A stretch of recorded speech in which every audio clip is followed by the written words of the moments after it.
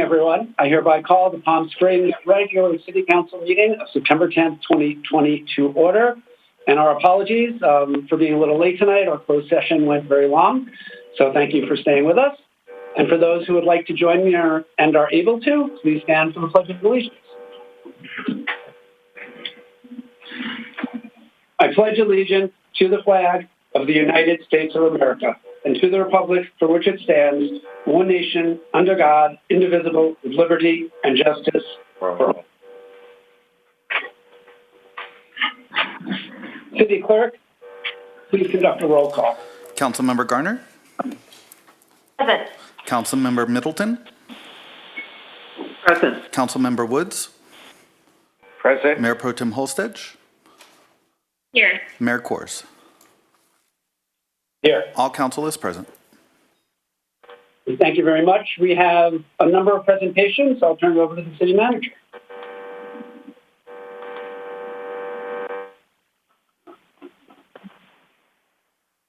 I think the first one is a COVID presentation, but That's correct, Mayor. whatever Thank you. order you'd like to take them in. Yes, thank you, Mayor. Stepping up to the podium is Daniel DeSelms, who's our emergency management coordinator. Danny, thank you. Good afternoon, Mayor, Council. So I have really two short presentations. One is your COVID update, and September is National Preparedness Month, so I have 5 slides on that as well. So for Palm Springs, we've only had 4 cases since Monday, which is, I mean, that's tremendous. The 4 fatalities, or the 4 COVID deaths this week were all older people with underlying health conditions. But it's still, four cases this week is just incredible. Across the valley, our high rate is 1% increase in Cat City and just below 1% in La Quinta. So just across the valley, just incredible week. Again, these numbers, it's a 3-day change, not a weekly change, but still, like, we're on track to have probably about a 2% increase over the course of a week. And across the county, we only had 296 new cases over the past 3 days. So as you can see, the numbers, even if that more than doubles between now and Monday, we're gonna have significant improvement over the previous weeks.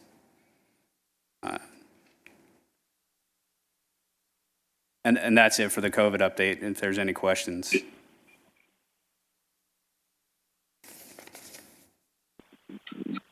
Danny, I just want to thank you for all the work that you've done on this issue.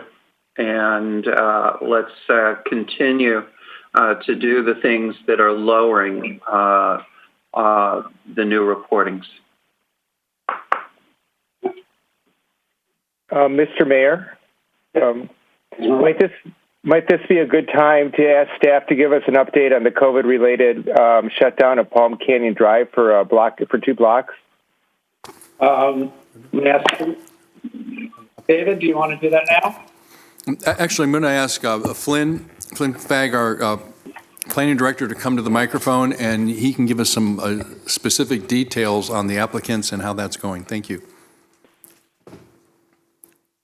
Mr. Mayor and members of council, so in terms of the outdoor dining within the 2-block area that has been closed, prior to last weekend, we received a total of 7 applicants who requested to do the dining out in the street area.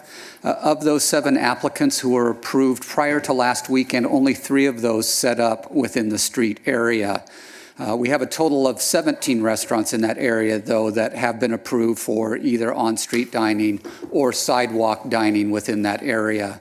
I did inspect the area on Saturday night last week. The numbers weren't quite what I was expecting based on the number of visitors that we had in over the holiday weekend. But one of the things I did note is that we had much more room on the sidewalks within the closed area, and so social distancing could occur safely within that area. Just to contrast this with where we are overall, in terms of the request for outdoor dining permits, we've had about 50 outdoor dining permits that we've issued, so the 17 within the 2-block area is a significant portion of that. In terms of what we've heard, there have been some complaints, obviously, from some of our retail businesses and our other commercial businesses within the closed area. However, we've also received some positive comments from residents and those who have visited the restaurants within that area. I'd be happy to answer any questions you might have.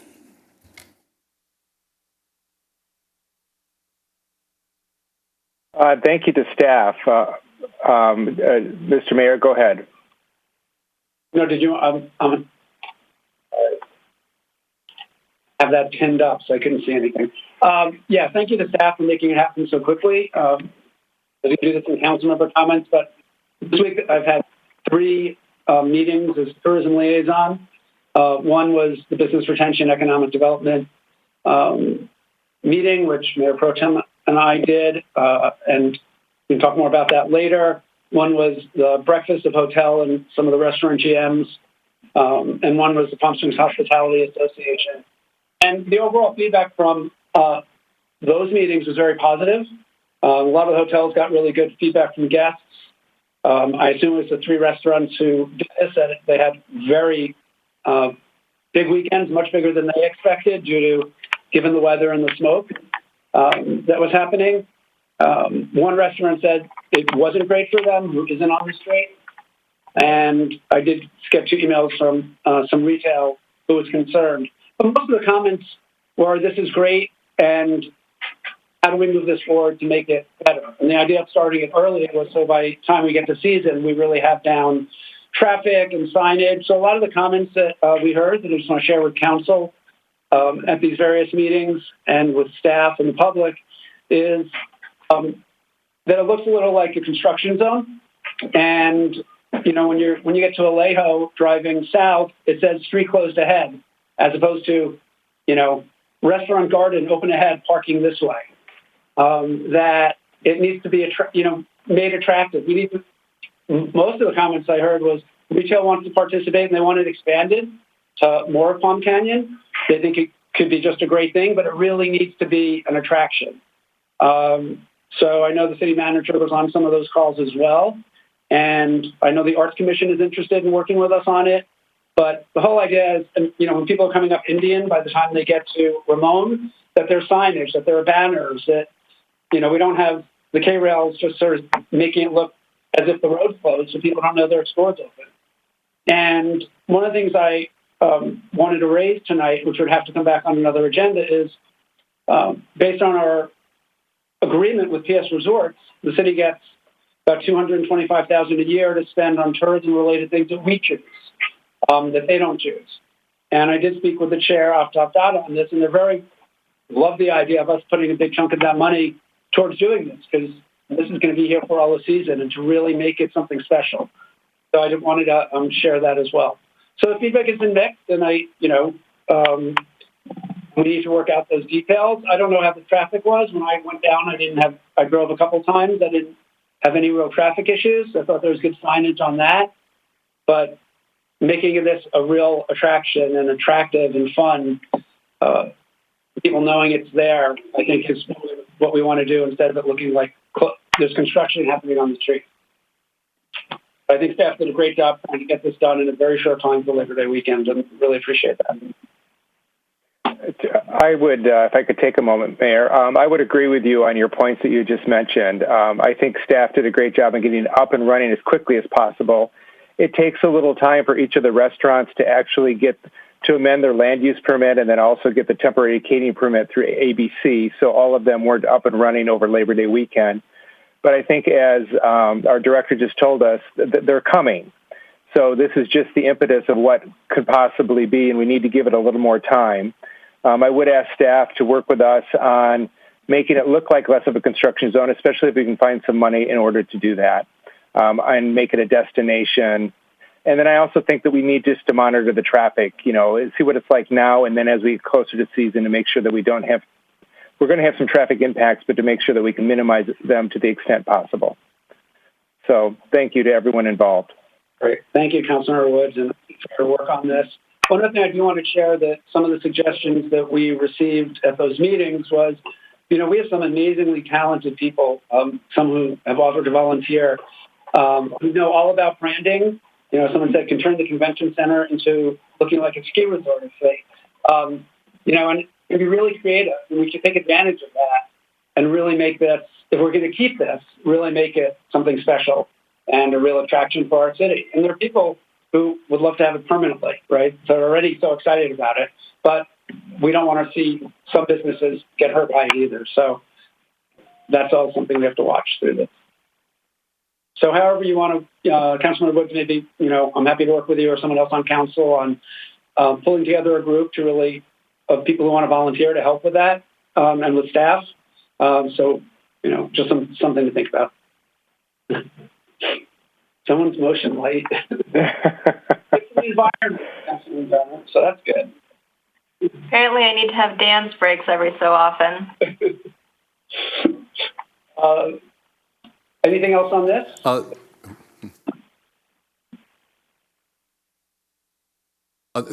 Thank you, Mayor. So we're going to ask Mr. DeSelms to come back up and finish his presentation. Thank you.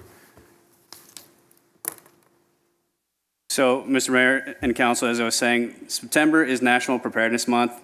The focus is usually to try to promote family and community disaster planning.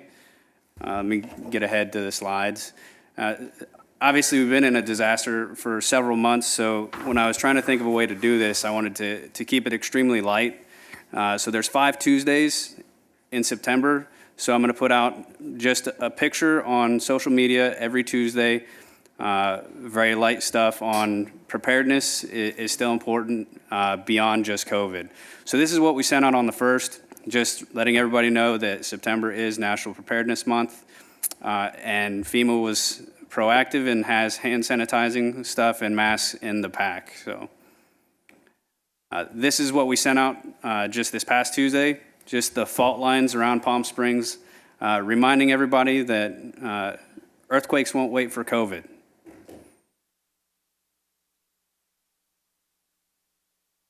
This one actually took a little bit of effort. I wanted to remind people that rain in the desert can be dangerous, and this is familiar to everybody. It's actually Araby Drive and Palm Canyon wash during the 2019 flood. And then fire prevention. This one was a little bit heavy. I tried to work with the fire prevention guys on something that was not so heavy with all the fires that are going on, and this was the best that we could come up with. And then we'll end up the month with reminding everybody, if they don't have a kit, to build one. And that's all we'll have for Preparedness Month. If there's any questions. Any questions? No.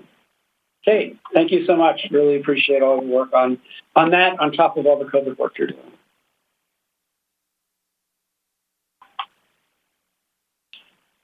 Thank you, Mayor. We'd like to go to the next presentation. Mr. Fuller is going to give us an update on several of the projects. There's a couple projects in particular he's going to focus on. There's been some activity with regard to the Ondas, for example, and he will give us an update. Thank you.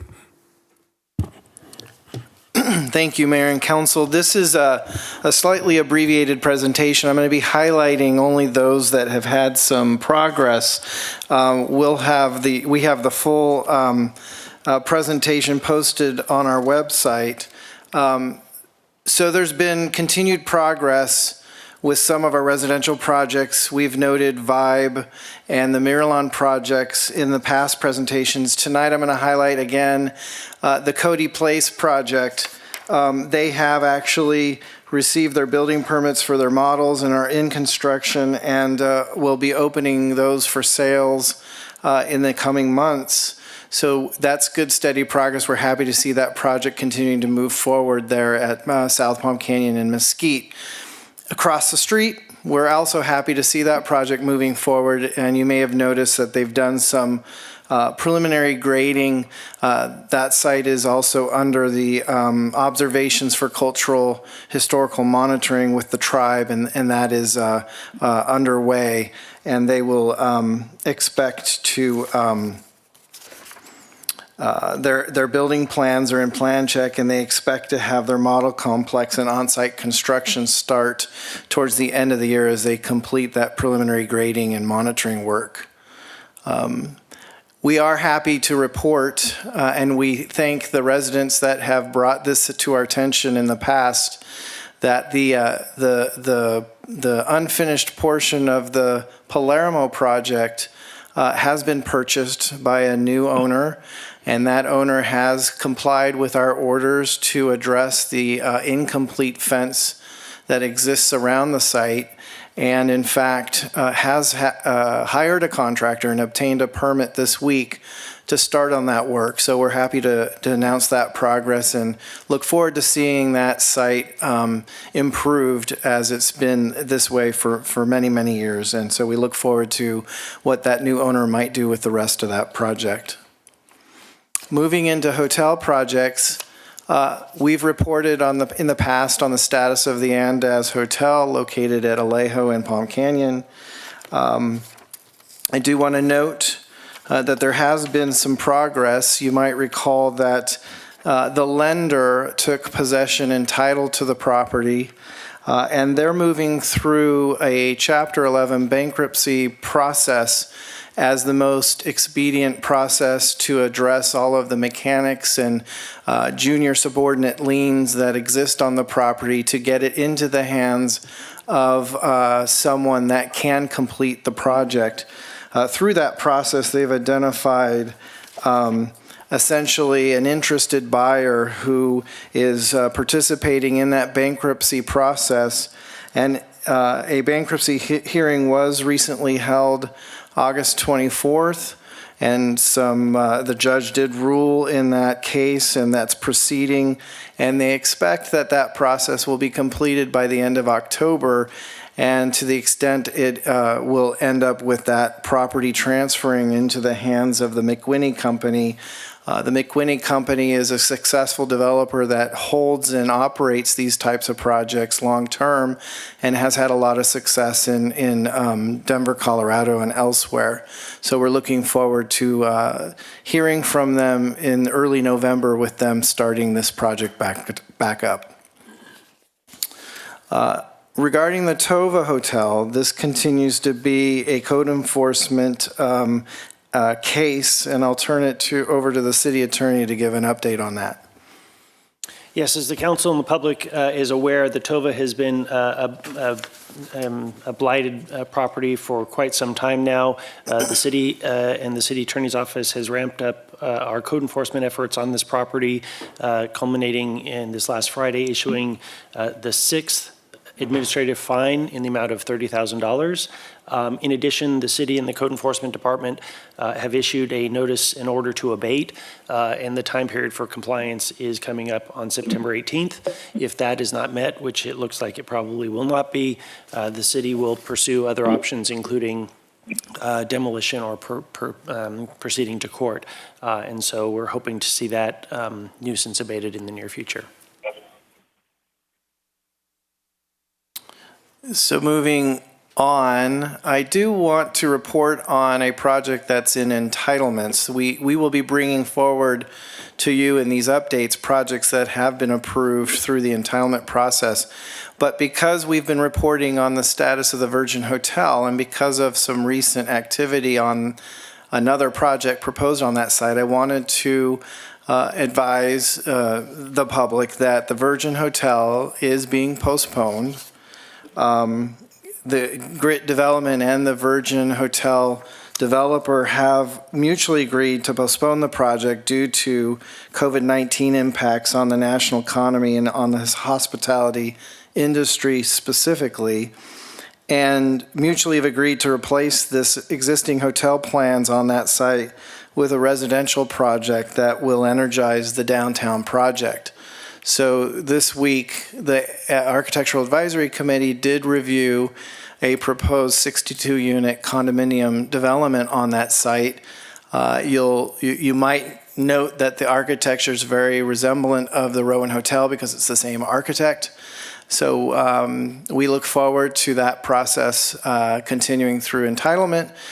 because it's in the downtown specific plan, the city council will actually review and approve this as a final action as it makes its way to us for that action. And so some commercial projects, I just did want to note, I did confirm with the developer that the Quick Quack Car Wash will actually have a groundbreaking, they say, on September 28th. So we look forward to having that constructed in Palm Springs. And so that completes my abbreviated report on the update of some of these projects, Mr. Mayor. Great. Thank you. I really appreciate even getting abbreviated one, quarterly ones that we do. It's really helpful for us in the public. So thank you. Any questions for Mr. Fuller? Okay. Thank you very much. Thank you, Mayor. I'd like to ask Denise Goolsby to step up. She's coordinating our census effort, and she has an update. Thank you, Denise. Thank you. Mayor Kors, Mayor Pro Tem Holstedge, and Council. We are getting into the final stretch of the census. We are at T-minus 20 days and counting. We went up a little bit from the last time I was here. We're up about 2% since August 19th. But I wanted to kind of make something kind of clarify. Where it says California, we're at 68%. There's been 24.6% more households that have responded to the enumerators who have gone door to door, which brings up the California total to 92.6%. Unfortunately, they're not able to break it down by counties or cities, so I'm very hopeful that our number is up there close to 89 or 90% with some time to go. Second slide. This is some good news we got from our census representatives. We have gone over our self-response rate in 2020, which is now 53.9%. Our self-response rate in 2010 was 53.4%. So that's some good news. And we got a few days to go. So we have a few fun things planned coming up for the census showdown here.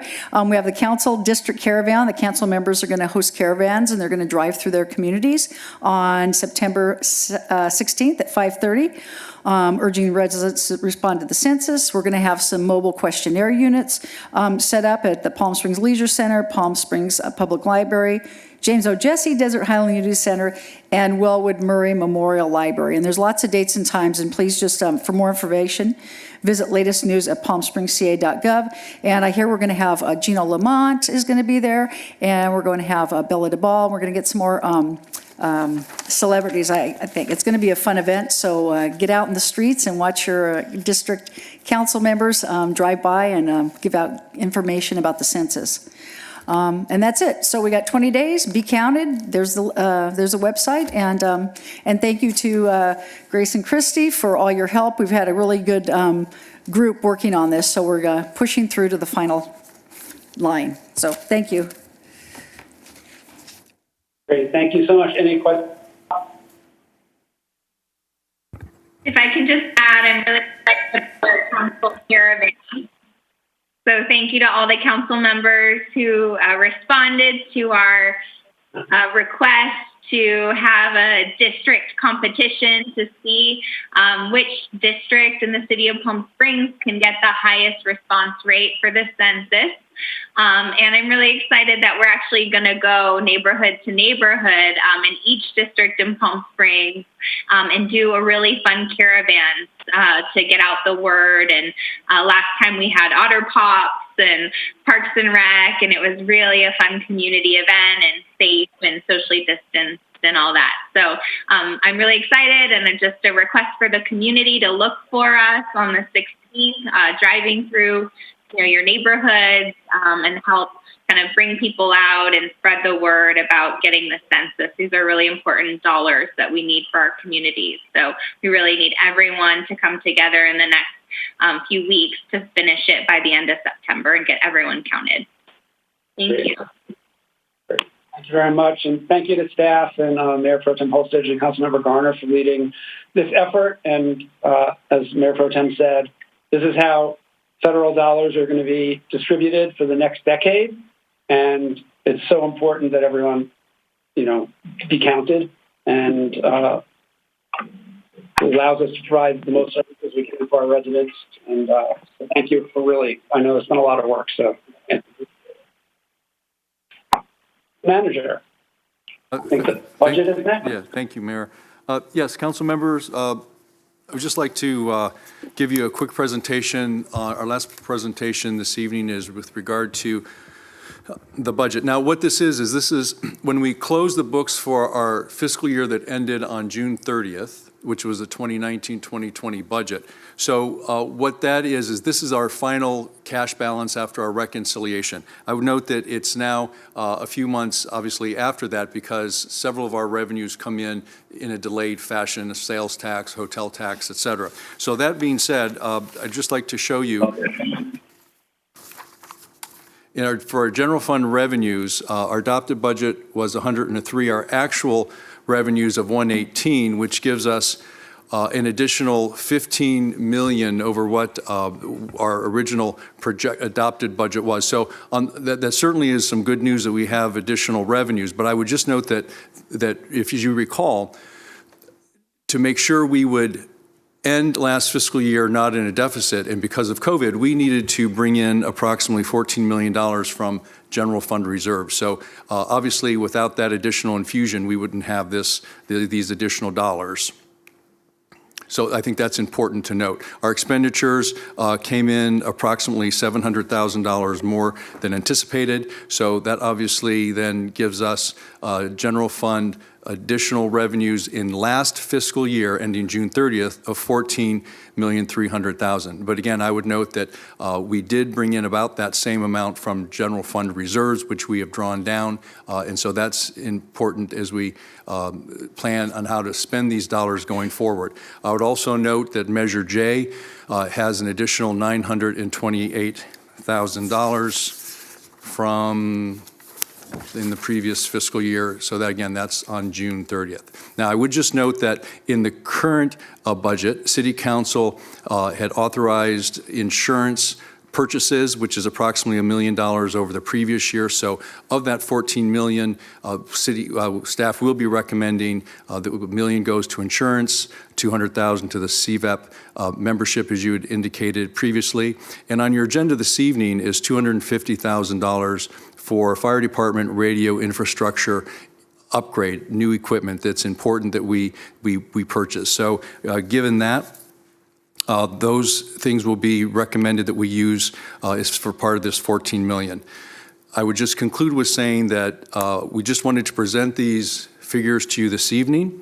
And so now that we have what they are, at the next meeting on the 24th, we will agendize this for a discussion, and council can give us direction on how to proceed. Now, I would note that there are a few other things that we will be recommending next week with regard to legal fees and litigation, and some things that we know that have some expenses. So, for example, also there was one item with regard to the restrooms at the James Jesse Center. So there's a couple items that we will be recommending in addition to what you see here. But we did want to let council know what the bottom line was as we close the books on June 30th, 2020. Thank you. I just ask a couple of clarifying questions, if that's okay. So one thing I just want to ask, so in those numbers, in addition to the reserve funds that we used, unfortunately, we didn't have to use all of them, so that is really good news to see. We also used most of the Measure J funds and some other one-time funds. Do you know roughly what that totaled? Because just so we're, and the public's aware that we're not going to have those funds next year to use because we delayed all the infrastructure projects and we used some one-time funds, as I recall, something like $8 million worth of those. So do you have those numbers, or if not, can we have those next week? Because that'll help us as we're looking forward. Yes. Do you want to know by fund which the transfers came in to assist with the operating cost from to the general fund? Yeah, if that's easy and you have it in front of you, yeah. If you don't, just the numbers. I do have that available now, if you wish, or we could report it to you next week. Next That'd be meeting. great if you have it. Okay, so we transferred $1.2 million one-time. You're muted, Nancy. Aaron, you have to unmute Nancy. Because we couldn't hear anything she said. Oh, can you hear me now? Okay. Okay. Yes, we can. We transferred 1.2 million one time from the CFD fund. From the Measure J fund, we transferred 5.1 million. From the Capital Projects Fund, we transferred 2.3 million. And from the airport was 69,000, but that was for considered from the airport was for marketing and not subsidizing the operations in the general fund. So about $10 million? That brings us to the transfer in of $8.7 million. Okay, great. On another, Thanks. Okay. on another note, I just want to be cautious of saying that these are the final numbers. These numbers are as of August 26th. We are still in the process of closing the books and making adjustment for the auditors. So some of these numbers may sway either way just a little bit. So I just want to let you know that the auditors will come in and probably make some adjustments to the numbers. And we still are doing journal entries back and forth between funds currently. Great. Thank you. I appreciate your work on this. And it sort of was my next question. So for something like TOT, do we do that on a cash basis, or if someone pays late TOT in July, from April, does it get recorded in April of last year or July of this year? What happens is for the GAAP reporting, we accrue the taxes back until the end of August. So we can accrue the taxes back, but we can't, the books are already closed for March and April and May. So anything we record back through August 30th is recorded in June. Okay. Because at some point we might want to, if it's easy, see how TOT is actually doing. And I know some people had to pay it late because of cash flow issues, just as we project for the future. So, but we can talk about that offline. But that's why I wanted to ask. Great. Thank you so much for that presentation. Anyone else have questions for staff? Councilmember Woods. Hi, Nancy. Thank you for the update. I'm curious, even though this is talking about last year's budget, will we have an opportunity to talk about how we're doing with this year's budget? Yes, as I explained that we accrue, like for instance, on the sales tax for June, we've just received at the very end of August. So what I can report on revenues, I can report, but for July and August, it's kind of bleak because the revenues now go back to the prior fiscal year. So once we start getting in revenues for the current fiscal year, I can report those and the expenditures to you at that time. Great, thank you. Probably around October, we will start having all numbers that we can review and that are coming in.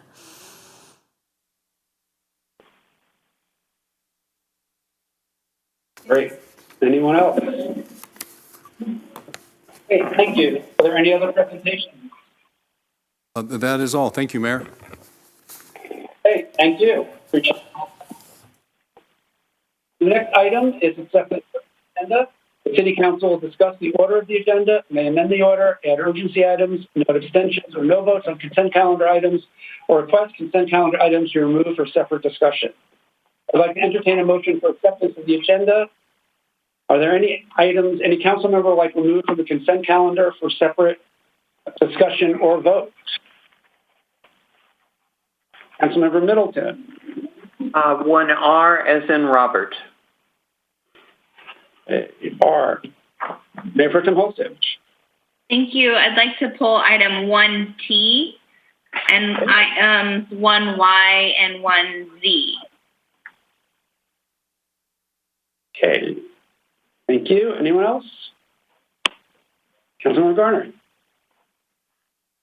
I just want to make sure that we clarify that items, I think N, O, P, and Q have already been removed prior to this. Yes, and we can add that. Yeah. And are those being removed? Are they being tabled? City manager or city clerk? That is correct.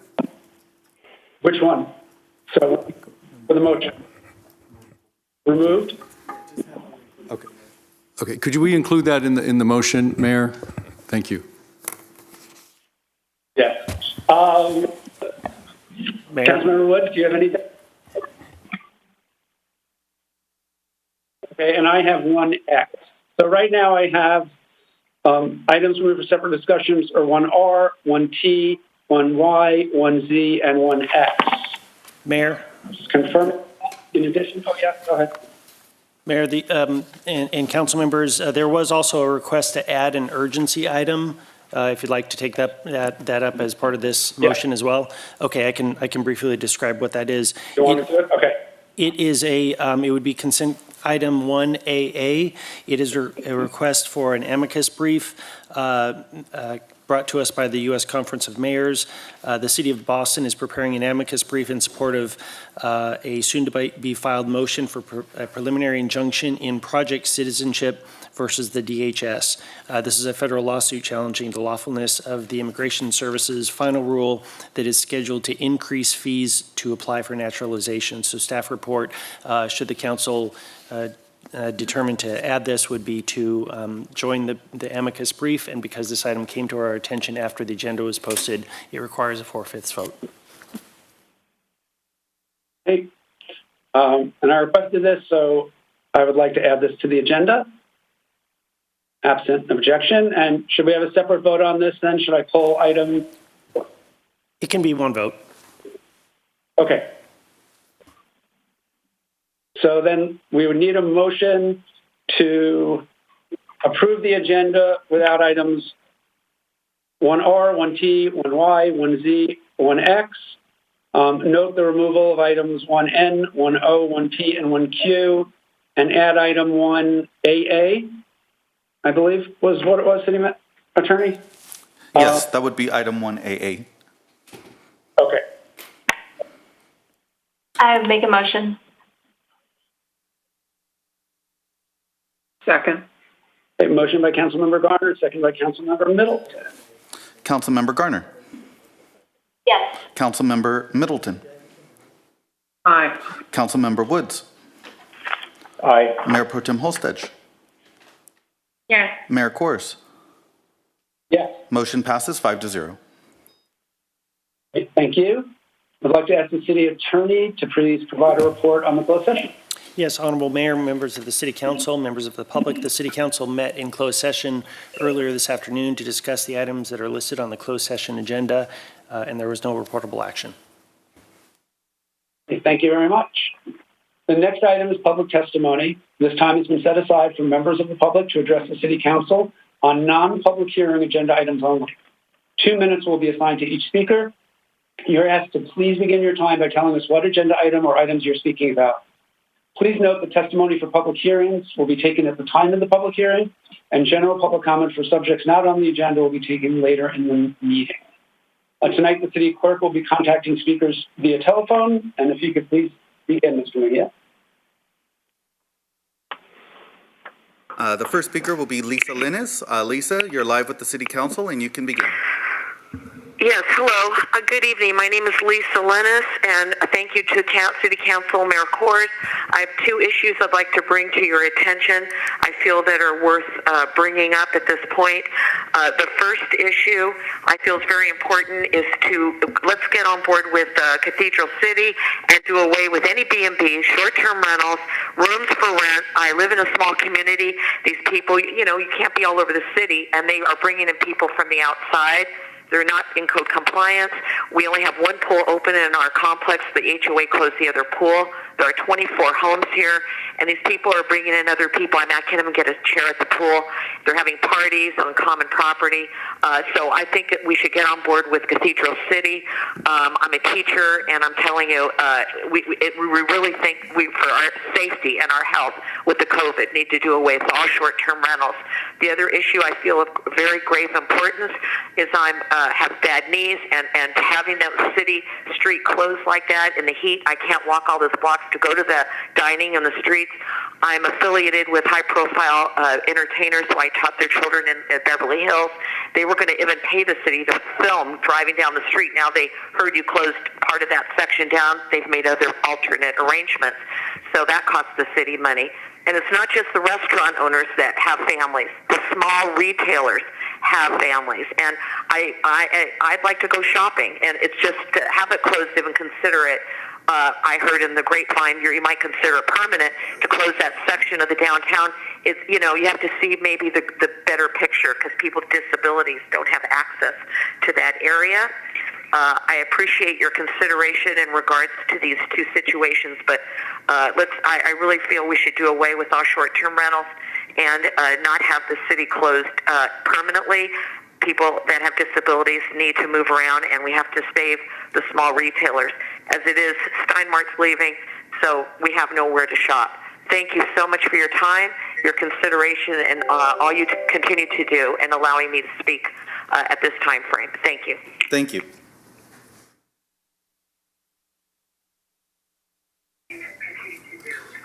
John Goins, you're live with the Palm Springs City Council, and you have 2 minutes to provide your comments.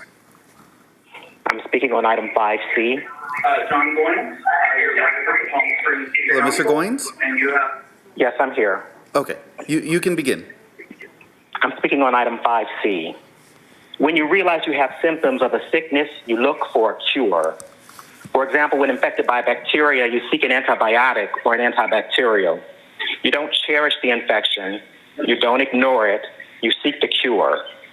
The cure to racism is not embracing it. The cure is not ignoring racism. The cure is anti-racism.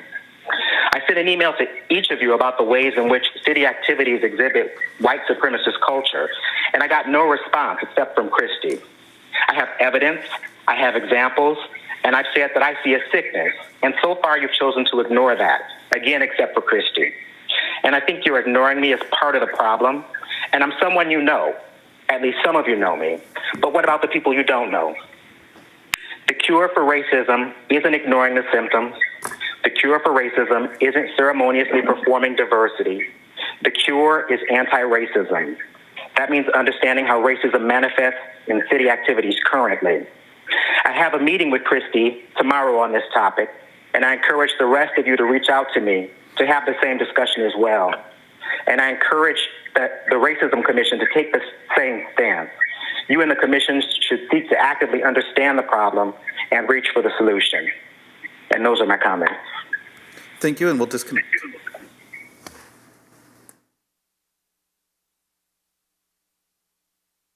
Kristen Olson, you're live with the Palm Springs City Council, and you have 2 minutes to provide your comments. Thank you very much. It's Kristen Olson. I own Urban Yoga Center. Many of you I'm familiar with. 19 years ago tomorrow, on 9/11, the healing arts community of Urban Yoga was born.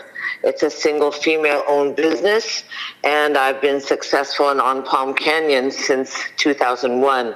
2018, I moved to Desert Age Project. Obviously, we closed in March of 2020, and I applied for a park permit to teach yoga in Ruth Hardy Park. 5 months later, it was granted, and tonight I'm asking City Council to reconsider the small number of students and open up urban yoga classes to at least 20.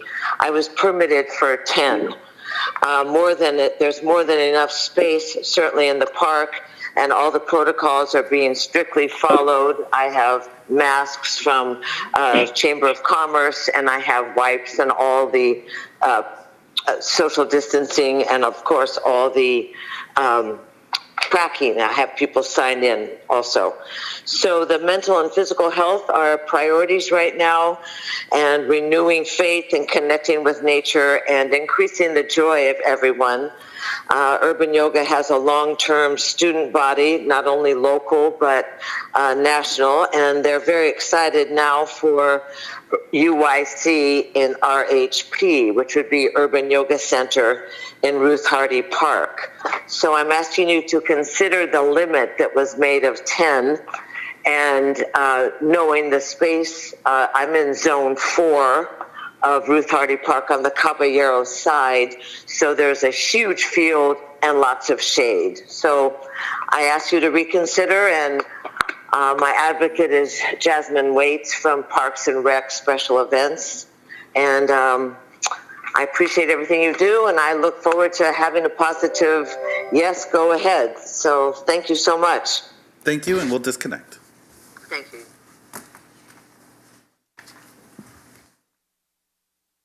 Rhonda, you're live with the Palm Springs City Council. You have 2 minutes to provide your comments, and if you could begin by stating your name.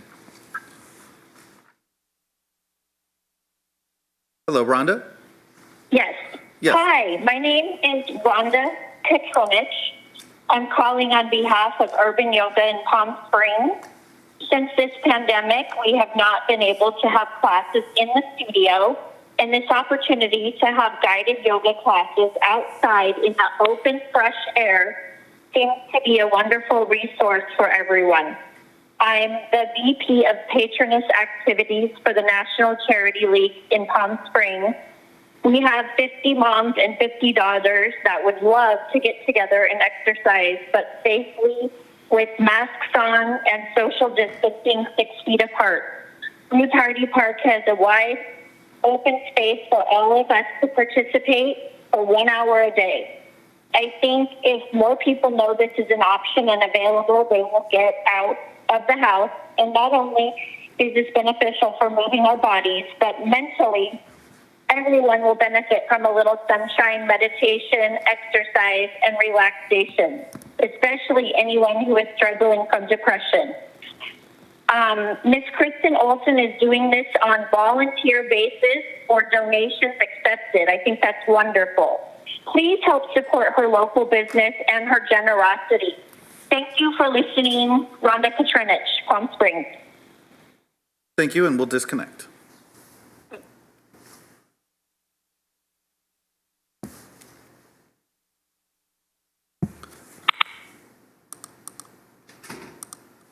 Hello, Lori McGlynn. You're live with the Palm Springs City Council, and you have 2 minutes to provide your comments.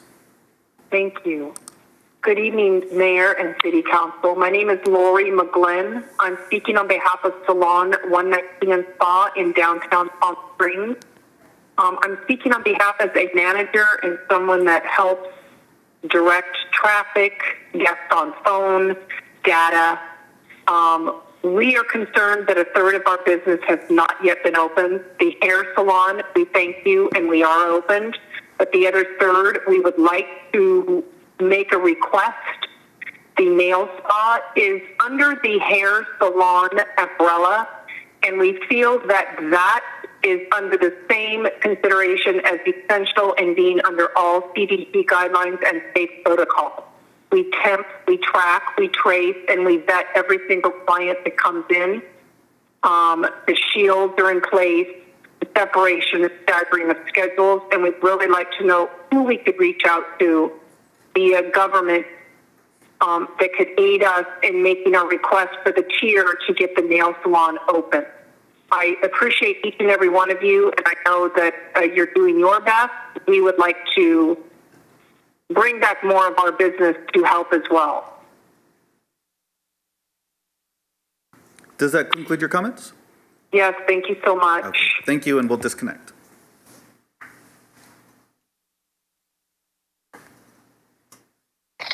Hello, Michael Braun. You're live with the Palm Springs City Council, and you have 2 minutes to provide your comments. Thank you. Good evening, Mayor and Council members. My name is Michael Braun, President of Grid Development, and I'm speaking on item 4A, eviction moratorium. Extending the eviction moratorium for commercial tenants will turn Palm Springs Main Street into a zombie economy, with many empty storefronts in 2021, possibly extending into 2022. Expecting deferrals to be paid next year is unrealistic for most tenants, giving lasting pressures on their businesses. Those who are over-leveraged have no longer a viable path to operate successfully, no matter what their rent structure is. These tenants create a stale, boring street scene, and more important, an unsafe shopping experience. Bottom line, they are no longer able to operate in a post-coronavirus environment. While Grid Development has successfully worked with the majority of our tenants to get through these challenging times, some tenants take brutal advantage of the moratorium, planning to declare bankruptcy and or leave town the moment their first rent payment is due in October or later. While the economy is starting to heal, the Palm Springs 2021 spring season will remain challenging with no events happening. Businesses can only rely on our local residents and the weekend driving traffic. Our destination must provide an active, fun street scene for our community, good food choices and more attractions to give the consumer with cabin fever a reason to pick Palm Springs for their next road trip. Otherwise, they simply stay home. Do not extend the eviction moratorium for commercial tenants. Landlords must be given the opportunity to rebuild their tenant portfolio, which ultimately is the city's engine to generate future sales and QT tax revenue. Thank you very much for your consideration. Thank you, and we'll disconnect.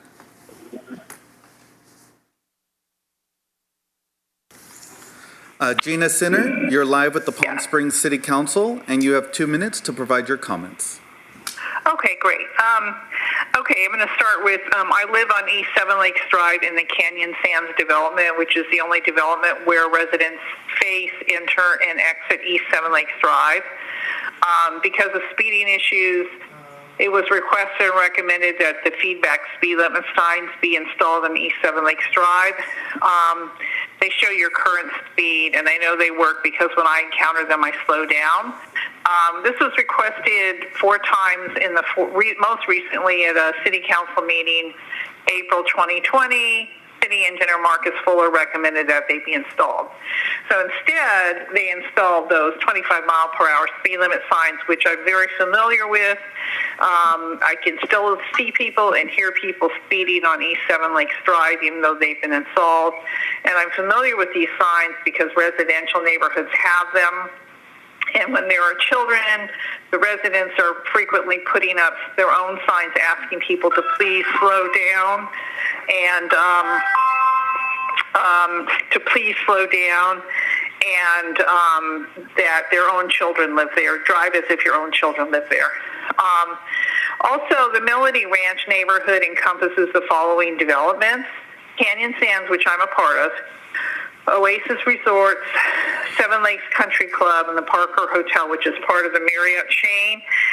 And the Melody Ranch organization, for some reason, has aligned with the city of Palm Springs, together with the Parker and the Seven Lakes Country Club, against Canyon Sands residents, even though we are part of the Melody Ranch organization. So our needs have not been addressed. So for some reason, all the other members of this organization are not interested in our rights to have safety. And I don't know if this has to do with the Melody Ranch president as a member of the Seven Lakes Country Club board. He's a board member or what. The thing is, Melody Ranch does not speak for Canyon Sands, and there's a conflict of interest there. Seven Lakes Country Club. Ms. Sinner. Hello? Yes, your time is over. Oh, I'm sorry. Okay, thank you. Thank you, and we'll disconnect.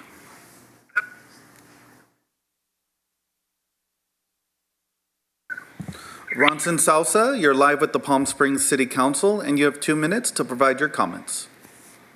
All right, thank you. Good evening. I wanted to speak about item 5C. I'm a queer person of color, so this is an important issue that I don't think that we should take lightly, so I wanted to speak bluntly on the matter. The proposal suggests that the committee will consist of 2 members on City Council. I would like to suggest that in lieu of 2 City Council members on the committee, you reach out to people with social science degrees, people who run our homeless shelters, the Palm Springs Police Department, or someone who lives on the north end of Palm Springs.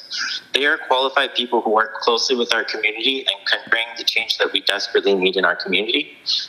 City Council sitting on the committee is a little problematic because no one has a history of working specifically with people of color.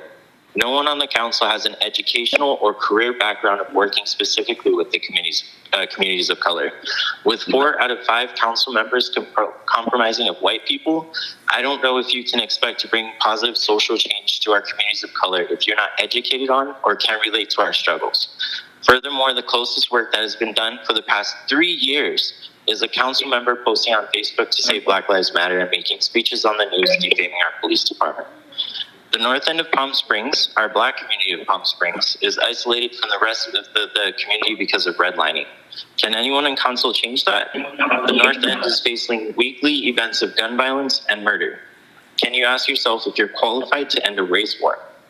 Furthermore, the city council has never done anything to help our DACA students or our immigrant population. Has anyone on council had to deal with these struggles personally or worked with these communities before?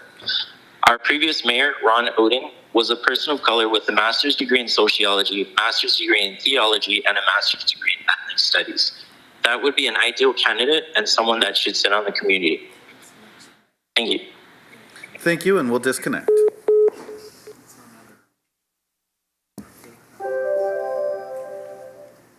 Hello, Rick Miller. You're live with the Palm Springs City Council, and you have 2 minutes to provide your comments. Thank you. I'm speaking on item 1T. Canyon Sands residents have been asking for traffic calming measures since 2017. Our latest effort was a citizen action request form in November 2018. A traffic study in 2018 confirmed that back speed limit signs were warranted, as stated by engineer Jaime. A speed survey in early 2020 confirmed these signs were warranted. At April 2020 City Council meeting, Chief Engineer Fuller confirmed feedback speed limit signs were warranted, and he recommended them for approval. There is no disputing these facts, and both the Oasis Resort and Seven Lakes Country Club have known about them since 2018. The 2018 annual Melody Ranch meeting, held at the Oasis Resort, President Simpkins stated the traffic study was done and it did not support Canyon Sands' request, which at that time was stop signs. January 2020, Canyon Sands Safety Committee emailed details of the CARF, including 2018 and 2019 studies, to Simpkins and asked him to share with the Seven Lakes Board. We continue to copy Simpkins on all communications between Engineer Jaime and the Safety Committee. We arranged for the city to build and place a mock-up of the feedback speed limit signs. It was viewed by Simpkins and Seven Lakes business manager. At the time, both stated it was not a big deal and they expected the board to approve it. Canyon Sands is the only community in Melody Ranch that lives on, has addresses on, and driveways on Seven Lakes. We requested these traffic calming measures because they are warranted and we are concerned for our safety. At March 2020 City Council meeting, members supported by Seven Lakes board members, Simpkins and Flad, voted specifically to bifurcate the traffic calming effort started by Canyon Sands from the Parker project. Any future traffic study must not be subject to dependencies on the Parker project. Melody Ranch does not speak for Canyon Sands. We are asking for a city to put politics aside and to act in our best interest for safety and be consistent with their past recommendations for feedback speed limit signs. Thank you. Thank you, and we'll disconnect.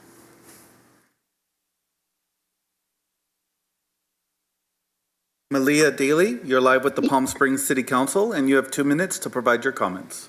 Okay, thank you. Good evening, City Council. I'm a resident of Canyon Sands, and we have been working on this traffic calming since 2017. And I just cannot understand why the issue of feedback signs are such a problem. Your own city engineer, Marcus Fuller, confirmed that it was warranted. And here we've got an issue of Seven Lakes, who we seem to be battling, and their issue is hedges. They don't want to cut hedges. I mean, are hedges more important than lives?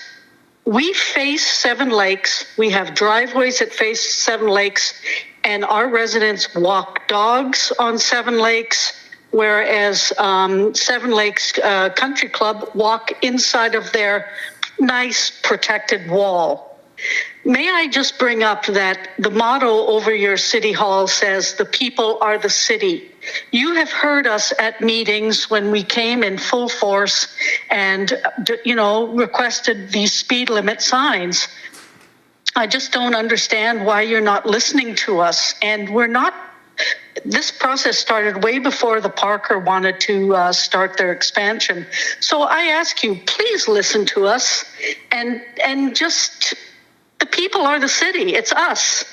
So please, for the sake of the safety of our residents, I would appreciate these speed, lighted speed signs erected and stop signs. And, down the road, give us some speed bumps too. I mean, Sonora got them. I don't know why we're so different. So please listen to us, and Melody Ranch does not speak for us. Okay? So have a nice evening, and thank you. Thank you, and we'll disconnect.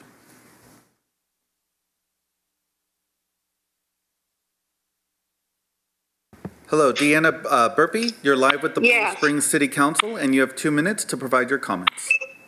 Thank you very much. I appreciate having the opportunity to speak this evening, and I want to thank the City Council for listening to all of our thoughts on this issue. My condo is in Canyon Sands, but the side of the condo goes along Seven Lakes Drive. And I have lived there for 10 years. So I have seen this traffic problem increasing over 10 years. And I can tell you that starting at 6 in the morning until about 8:30, it becomes a speedway. And once again at 4:30 to about 6 or a little after 6, it again becomes a speedway that people just drive incredibly fast down Seven Lakes. And there's going to be an accident, a very bad accident sometime due to this. So the putting a speed sign in that indicates how fast they're going, I think will be a great deterrent instead of just putting a sign that says 25 miles an hour.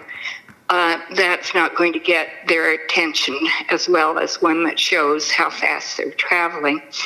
I think there might be a simple solution to this. I watched that bougainvillea hedge along Seven Lakes growing. It grows very rapidly. It's trimmed as soon as it gets to be a certain height, and it would grow taller than what it is now. So why not just simply let that hedge grow taller and hide the solar box for the speed sign? I think that might be a solution. Otherwise, Ms. yes? Your time is over. Thank you. Thank you, and we'll disconnect. Thank you. Mr. Mayor, that concludes public comment. Great. Thank you very much, and thank you for everyone who called in. I just wanted to ask the city attorney just 2 questions from some of the comments, since they were probably related to a presentation and we won't be talking about them. So one was on limitation of 10 people in parks. That's not a state rule, right? That was a city rule to try that at first. So is that something, if the city wanted to, could be reconsidered? Yes. Okay, thank you. And the second one, to nail salons and what businesses can be open or not, we do not have the authority to open any business that the state is not allowing us to be open, being in the higher category still in Riverside County.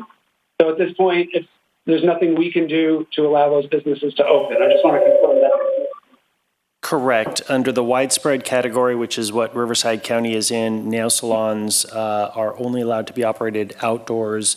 If and when we move to substantial, which based on Mr. DeSelm's report, should be fairly soon, once we move to that substantial category, then things like nail salons are allowed to be operated indoors. And those you're correct, those are state requirements, not cities. Okay, thank you very much. The next item is City Council and City Manager comments and reports. City Council members or City Manager. Mr. Mayor, I do have a couple items, but I would yield to council members first. Well, I just have one.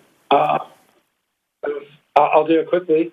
As people may have read, we are seeing at a time when air travel is down significantly, a lot of new flights and some new airlines coming to TST. And as we look into it, a lot of it is airlines feeling there's going to be less business traffic as more people are working from home and can work remotely and are looking at leisure destination locations. So we've had Allegiant adding service from Boise and Eugene. We had today JetBlue adding seasonal service starting in December to Fort Lauderdale. Well, hey, Mayor, can I interrupt? Let's show the slide. Yeah. This is what one of the things I want to show. This will be perfect. You can go right through it. Let's show the slide on new air travel, please. Okay. There you go, Mayor. Okay. So we'll start at the top. So Southwest, they haven't announced the cities or the schedule of launch date yet, but I do want to say that there are folks who have been working on Southwest for years in our tourism bureau, Ulysses at the airport, others, Scott White and CVB. And, a lot of what I've heard about it is this is great for a destination, but this is really great for us as residents. We're now going to have another low-cost carrier for us to use when we travel for work, when we travel for leisure. And, it's really remarkable when you think we're a city of 48,000 people and what our airport provides for us as residents, because we are a leisure destination, that we really benefit as residents from all of this. And it's really exciting to see Southwest, who've studied this for years, deciding to add Palm Springs. JetBlue has a new seasonal service that starts December 19th, twice a week, to Fort Lauderdale. And there's already been some discussions with the Convention and Visitors Bureau about doing some maybe joint events between the two cities. Or 1 weekend in one city and a month later another. So hopefully we'll have more to report. Just started those conversations. American Airlines is starting service in December from Philadelphia, nonstop to Palm Springs, which is new for us. I don't believe that's ever occurred before. And as I mentioned, Allegiant is starting in November before Thanksgiving, twice a week for Boise, Idaho, twice a week to Eugene, Oregon. And one I didn't know. So go Boutique Air from Phoenix and Los Angeles daily starting October 1st. And of course, more flights give us more opportunities and also help with competition and keeping the prices lower. So it's really great, and I really want to applaud everyone who's worked hard to make this happen. And to see this happening at a time when air travel is down speaks a lot about the airlines and I think the public's view of Palm Springs and wanting to come here. And our residents really taking to heart the Fly TSP efforts that have been made to get people not to drive to Ontario, Los Angeles when they leave Palm Springs or the Coachella Valley, but to fly from our airport, because that helps get service as well. So thank you to everyone on staff and the other organizations to help make that happen. And that's all I have. And sorry I took your thunder. Anyone else have comments? Councilmember Garner. Thank you. So I did want to just give residents an update regarding the public safety review that we had mentioned in prior meetings. The mayor and I met with city staff and the police chief to discuss that further. And we are making sure that we're bringing in a group or a organization that makes sure that they're doing a holistic review of public safety, and they're thinking about this from all different perspectives. We think it's really important that the community feels comfortable with this process just as much as the police department feels comfortable with the process. So we're going to be really transparent, and we'll be moving forward with some different options for City Council within the next few weeks. And so I just wanted to let everyone know that we'd be doing that. The other thing that I wanted to let people know about is building resilience in African American families, or sometimes known as BRAF.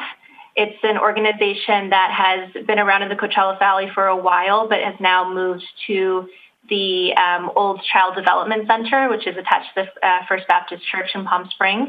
So it's a program, academy and program that we have in the Desert Highland, the Desert Highland Gateway Estates neighborhood. So if people want to take advantage of that, Oh, goodness. Sorry. Their website is fhsnet.org. There's F as in Frank, H as in Harry, S as in Sam, net.org. They have wonderful programs going on, and they are actively recruiting for their Rites of Passage program, which is all about confidence building for African American youth. We also had a community meeting yesterday that I attended with Councilmember Woods, where we talked about the recent violence that's been happening in the north end of our town.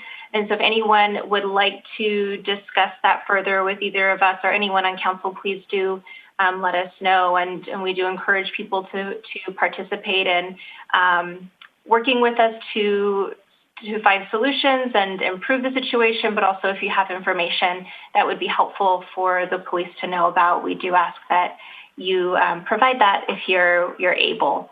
And finally, I am at City Council in my office right now, and that's why the lights keep turning off. Apparently, small movements, even like my hands, are not enough for the motion sensor. So you might see me wiggling around a bit today to try to keep the lights on. And we would like to thank Councilmember Gardner for demonstrating our electric efficiency at City Hall.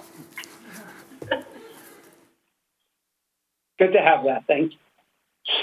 Other reports or comments from council? Councilmember Middleton. Okay. Thank you, Mr. Mayor. And I note that when it comes to salons, there's nothing that we can do to make the change here in Palm Springs. That's the statewide order, and hopefully we will be able to open them soon. I just like to acknowledge that for so many of the workers at those salons, this has been an incredibly difficult year as they've had very little to no income, and most of the folks who are working in those salons are women. Women work frequently who are single and are the sole support of their families. And while we cannot open everything, our heart does go out to all of them and the work that they do.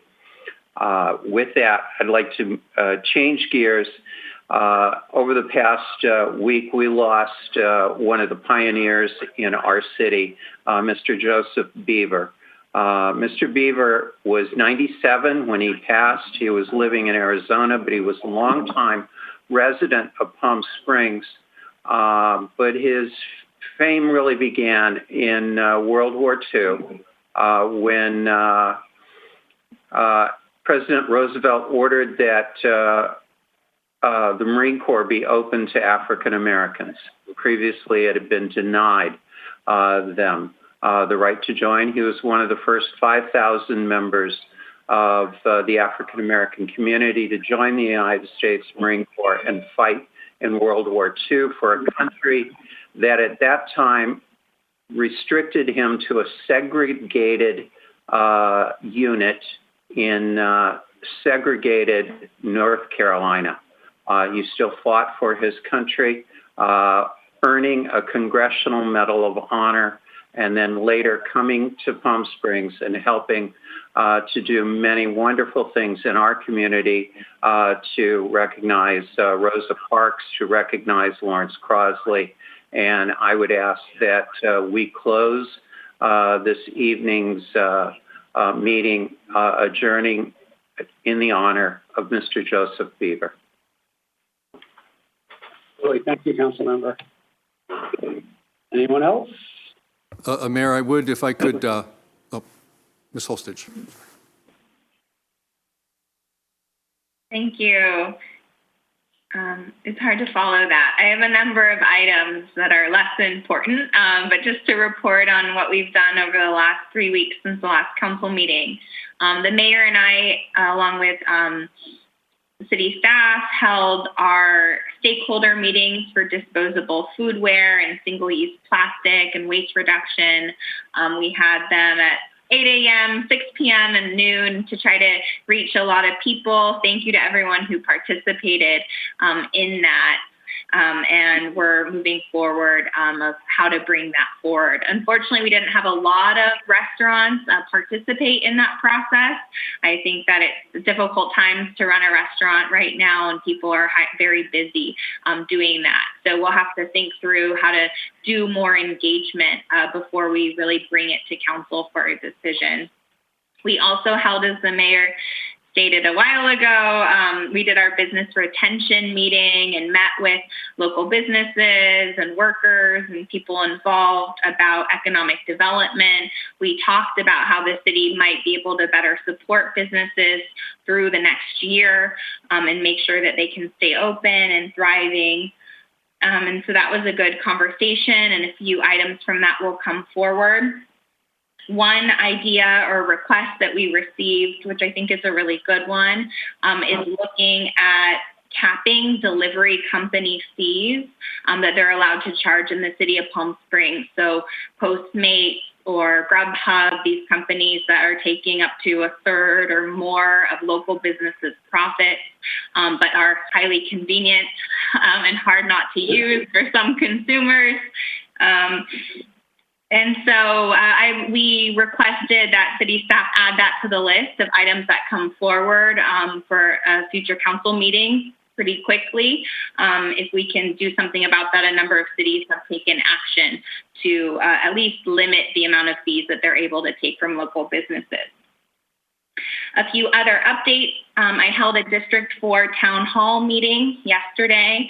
I invited all of the 1PS organizations and representatives and alternates, as well as HOA board members and all residents. So all residents are invited to those meetings. I'm holding them once a month before the first council meeting of that month. So we can go over the agenda together, hear any neighborhood issues, and talk about some of the issues and positions that our residents might have on the issues coming before council. So the next one will be October 5th, so that week. So if you're interested, please contact City Hall or email me, and we'll get you on the list to be invited and to get a Zoom invite. I have just another request as well. So September is Deaf Awareness Month, and I saw a few other cities of the Coachella Valley issued a proclamation for that. And I think in honor of us passing a language access policy and making sure that we have access to people who are deaf or hard of hearing, I'd request that we do a proclamation and present it at the next meeting to make it for September Deaf Awareness Month. Just a few upcoming meetings. So I serve and represent the city on the CVAG Public Safety Committee. We are meeting on Monday, September 14th at 9 a.m. Everyone in the public is welcome. It'll be on Zoom. You can find the information on CVAG's website. I also chair the CVAG Homelessness Committee, and we are meeting next Wednesday at 10 a.m. also on Zoom. And anyone who's interested in homelessness as a regional issue can participate in that meeting as well. And that's all I have, and I'm looking forward to our census caravan together as a council. Thank you. Thank you very much. Councilmember Woods. Thank you, Mr. Mayor. First of all, in mid-September, we're hoping to have, or the county is hoping to do an outreach program for the conversion of the Hy-Vee Hotel into permanent supportive housing. I had requested that as a request from many residents due to a lot of unanswered questions of how it's going to be operated and what it actually is going to be. There's misconceptions, and the county has agreed to do an outreach program. It will probably be by Zoom, and we'll be mailing out some notices and asking for 1PS to help us get the word out on that. I want to commend many city staff as well as Councilmember Gardner for the Zoom call we did regarding some of the crime in North Palm Springs. I think what's important to understand is that our police department has been doing an excellent job of trying to suppress that and represent the people that are up there. But it does take more than the police department, and we do have, you can call Crime Stoppers if you know of, if you have any information that can help. And that telephone number is 760-341-STOP. Again, 760-341-STOP. So if you have any information, it is anonymous and you can leave a tip. Thank you, Mr. Mayor. Great. Thank you. I have a couple other things just to add. Councilmember Garner and I also met and talked to city staff who's in the process of looking at a firm or an individual with expertise to do anti-racism implicit bias training for all staff. And we're going to make that available to everyone in the city as well. And it can live on our website. We really want to take an opportunity when so many people have asked for information and want to learn to do this kind of training. And so we're hoping that's something we can make happen pretty quickly. So we are continuing to work with staff to get that done and be able to report back to council, hopefully one of the next 2 meetings on that moving forward. I did want to let people know that on September 22nd at 5:30 p.m., Mayor Pro Tem Hostage and I, as the Affordable Housing Liaisons, will be doing a Zoom meeting with the group from West Hollywood that has proposed an affordable housing project, mostly focused on seniors at the corner of Palm Canyon Drive and Stevens Road. They're going to be presenting their diagrams. They've submitted everything to planning. So they've done outreach to the neighborhood organizations, but this will be the first public meeting so they can share information, answer questions, and people can get information on that. So we'll continue to outreach on that project, which Desert Age Project will be part of, as they will provide healthcare for all the residents who will qualify, who are low income for healthcare.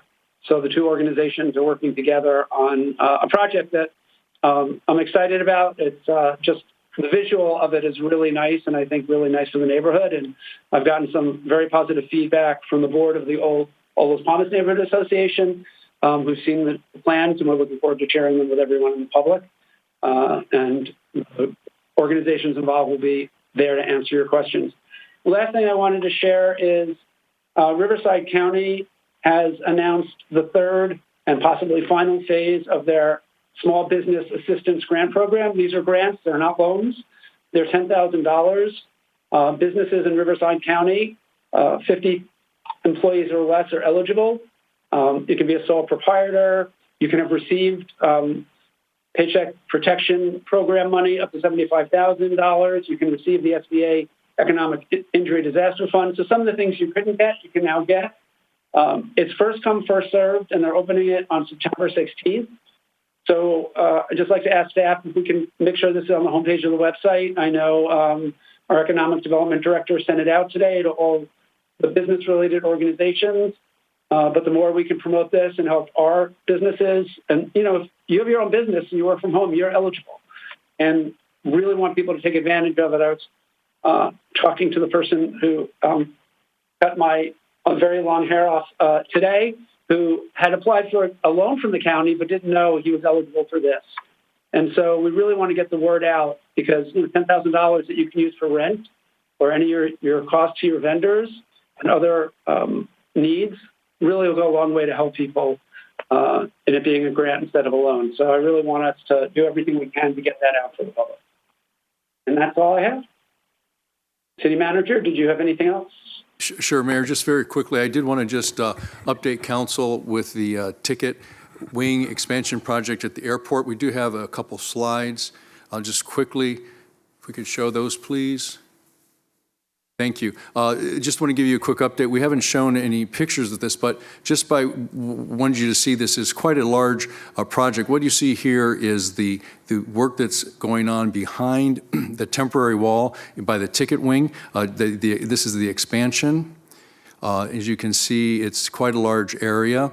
And then outside, this is the beginnings of the area that's going to be handling the baggage to make sure the bags get on the plane and off the plane quickly. And this is the one I want to show you. As you can see, this is outside, and this is part of the new baggage handling system. So let's see one more. That gives you an idea of the scope of the project, and that should be finished, council, probably within the next 8 months. That should be a completed project. Thank you. Thank you very much. The next item is the consent calendar. I'll entertain a motion to accept the consent calendar without the following items removed for separate discussion. Items R, T, Y, Z, X, AA, and noting the removal of items N, O, P, and Q. So moved. Second. Motion by Councilmember Woods, second by Mayor Pro Tem Holstage. Councilmember Woods.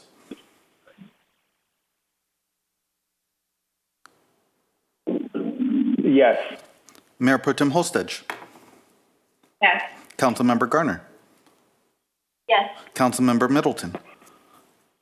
Aye. Mayor Kors. Yes. Motion passes 5-0. The first item pulled is item 1R, approval of a pipeline crossing agreement with Union Pacific Railroad for construction of a sewer line extension on Indian Canyon Drive within railroad right-of-way, approval of a supplemental agreement to the public highway overpass crossing agreement with the Union Pacific Rail Company, and authorization to approve the expansion of temporary construction easement agreement to the Indian Canyon Drive widening and bridge replacement. Councilmember Middleton. Yes, thank you, Mr. Mayor. I asked this to be pulled because I would like to ask Mr. Fuller to describe what the sewer extension will mean in terms of the ability of businesses along Garnet and immediately south of the freeway to expand, and what obstacles we have in terms of being able to extend the sewer line under the freeway for those businesses that are north of the freeway. Certainly, Council Member. We're moving forward to be able to present to the City Council at the time we bring that project forward to move into construction, the option of including that sewer line extension as part of that project. I think I've noted in the past that the only opportunity for us to construct that sewer line extension, which would extend from Tramview Road up Indian Canyon Drive under the railroad to Garnett Avenue, is at the same time we remove that existing railroad bridge and reconstruct a new bridge. It'll basically be impossible to do it at another time. So this action approves the agreement that we got with Union Pacific Railroad to extend that sewer line under the railroad tracks. We are still working through the details. We're doing an environmental analysis, which will be completed later this year, and also some financial reviews on how to fund that extension. But this would open the door to, if extended, it would open the door to development in that area that has been essentially delayed due to restrictions from the Regional Water Quality Control Board on septic tanks in that area, because that area has what they've declared as exceptional water quality. We have not looked at a second extension, which would carry that under the freeway towards the area north of the freeway. It's possible, and we will look into that in the future, but that would be a challenge insofar as that goes under the Caltrans interstate and has a whole host of other issues to address. But we are hopeful we will be able to present this to you hopefully in the next 3 to 4 months as part of a package with the overall project for your consideration to potentially include that as part of the project. Thank you, Mr. Fuller. Again, this is an area where there's some real potential for business development in our city, and the kind of operations that we're not able to have back near our residential areas. So I'm very hopeful we can find a fiscally responsible way to get the sewer lines built. And with that, I'll be happy to make a motion to approve 1R. Motion by Councilmember Middleton. Second. Second by Mayor Pro Tem Holstage. Councilmember Middleton. Aye. Mayor Pro Tem Holstage. Yes. Councilmember Garner. Yes. Councilmember Woods. Yes. Mayor Kors. Yes. Motion passes 5-0. The next item is item 1T, approval of the 5 traffic calming requests in the amount of $150,000 within the city and authorization to purchase and implement the traffic calming measures. Mayor Pro Tem Holstich. Thank you. I pulled this item. We heard public comment on it tonight from residents, and we got some emailed in to us as well. It also came up on my District 4 town hall yesterday. So I was just wondering first for a staff report, and if you could kind of detail the public comments that you have received so far from the different neighborhoods, and if you have a suggestion here about how to best proceed.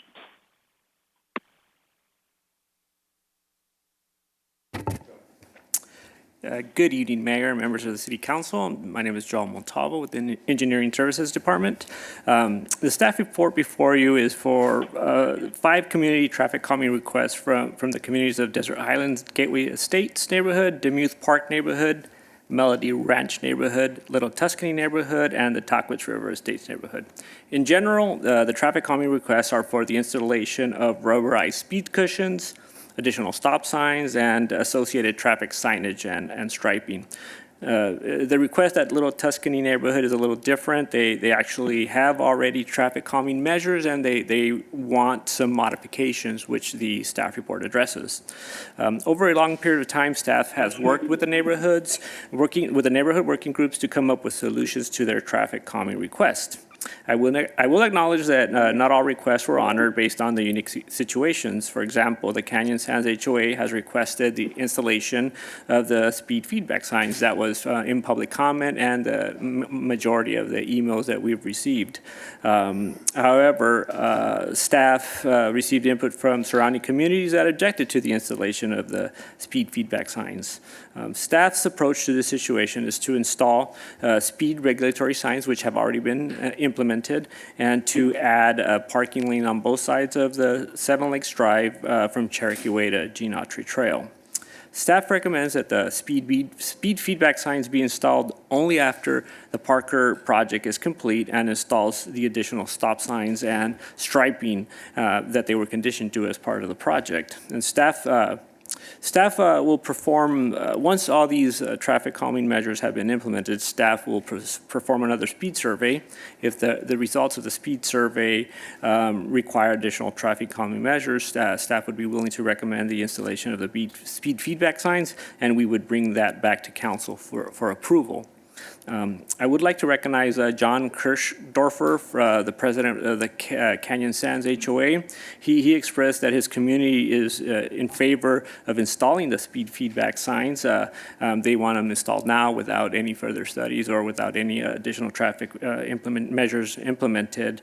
And you heard majority of the community in the express their favoritism for the speed feedback signs. I also would like to recognize Mark Charnick, who's the president of the Seven Lakes Board HOA, who has expressed his community's opposition to the installation of speed feedback signs. So that concludes my presentation. I would be happy to answer any questions. Thank you so much for detailing that and also working directly with the neighborhoods and residents around this issue. So it sounds like there's some disagreement here about the speed feedback signs. So I think we can all agree public safety is incredibly important and something that we need to address urgently. So can you explain from a public safety or a street safety perspective what staff's recommendation is here? At this point, staff recommends that we wait to install the additional traffic calming measures and allow the Parker project to fully develop and install the conditions, the stop signs that they were conditioned to do, and the additional striping and signage. I believe after that, the traffic calming measures are implemented, we can evaluate the condition of the speed. I think it would be appropriate to build up that data to be able to sit back and analyze what's occurring after the traffic calming measures have been implemented, and then make a decision at that time. The speed feedback signs cost about approximately $25,000, so it is quite an investment of community tax dollars. So I think it would be prudent to wait and allow for the traffic calming measures to be implemented and then do the analysis afterwards. And Mayor Pro Tem, I'm sorry, it's Mr. Fuller. I do want to just clarify what had been recommended was to pre-authorize the installation of those speed feedback signs based on that analysis.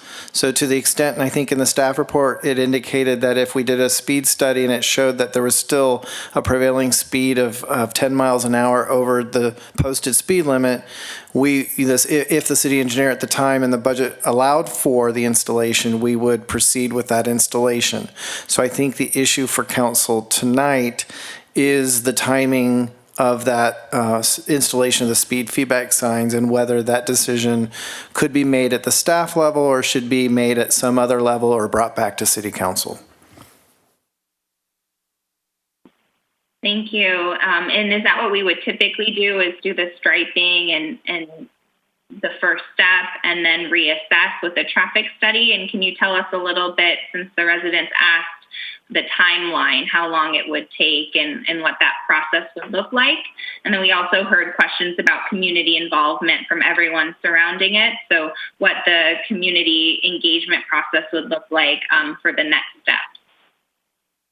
So I think we would wait a minimum of 6 months, possibly a year, to do the analysis. I think we could do it as little as 6 months after all the traffic calming measures have been implemented.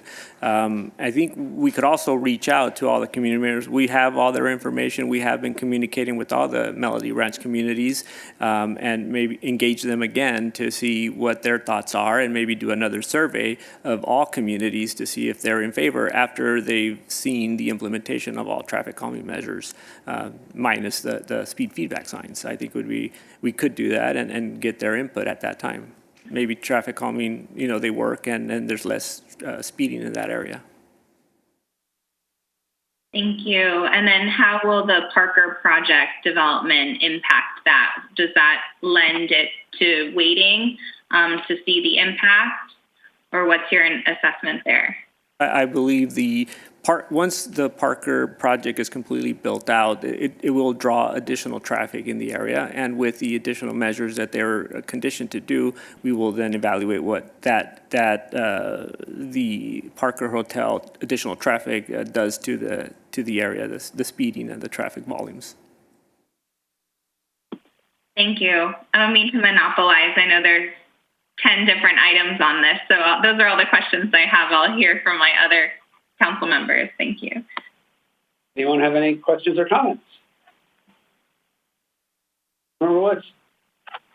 I am very supportive of traffic calming. I think traffic calming has a lot of benefits to a city as a whole, as well as just to a neighborhood.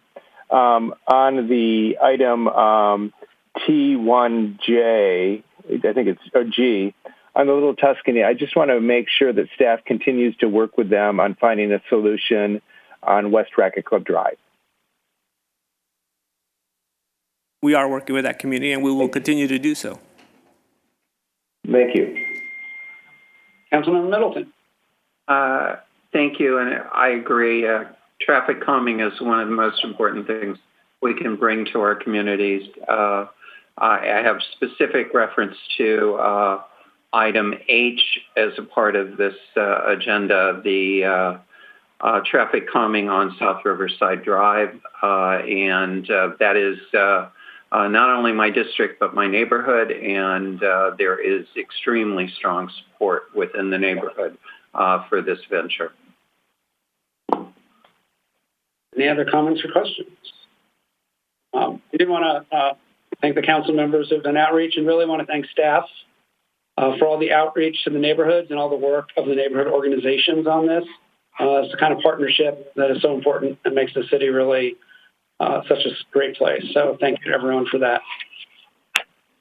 So do we have a motion? I'll move the item. Okay, motion by Councilmember Woods. A second. Seconded by Councilmember Garner. Councilmember Woods. Yes. Councilmember Garner. Yes. Councilmember Middleton. Aye. Mayor Pro Tem Holstedge. Yes. Mayor Kors. Yes. Motion passes 5-0. The next excluded item was item 1X, temporary waiver of land use permit fees relating to outdoor dining and portable signs. I pulled this. Can we just do a very brief staff report on what this is so the business community is aware of it?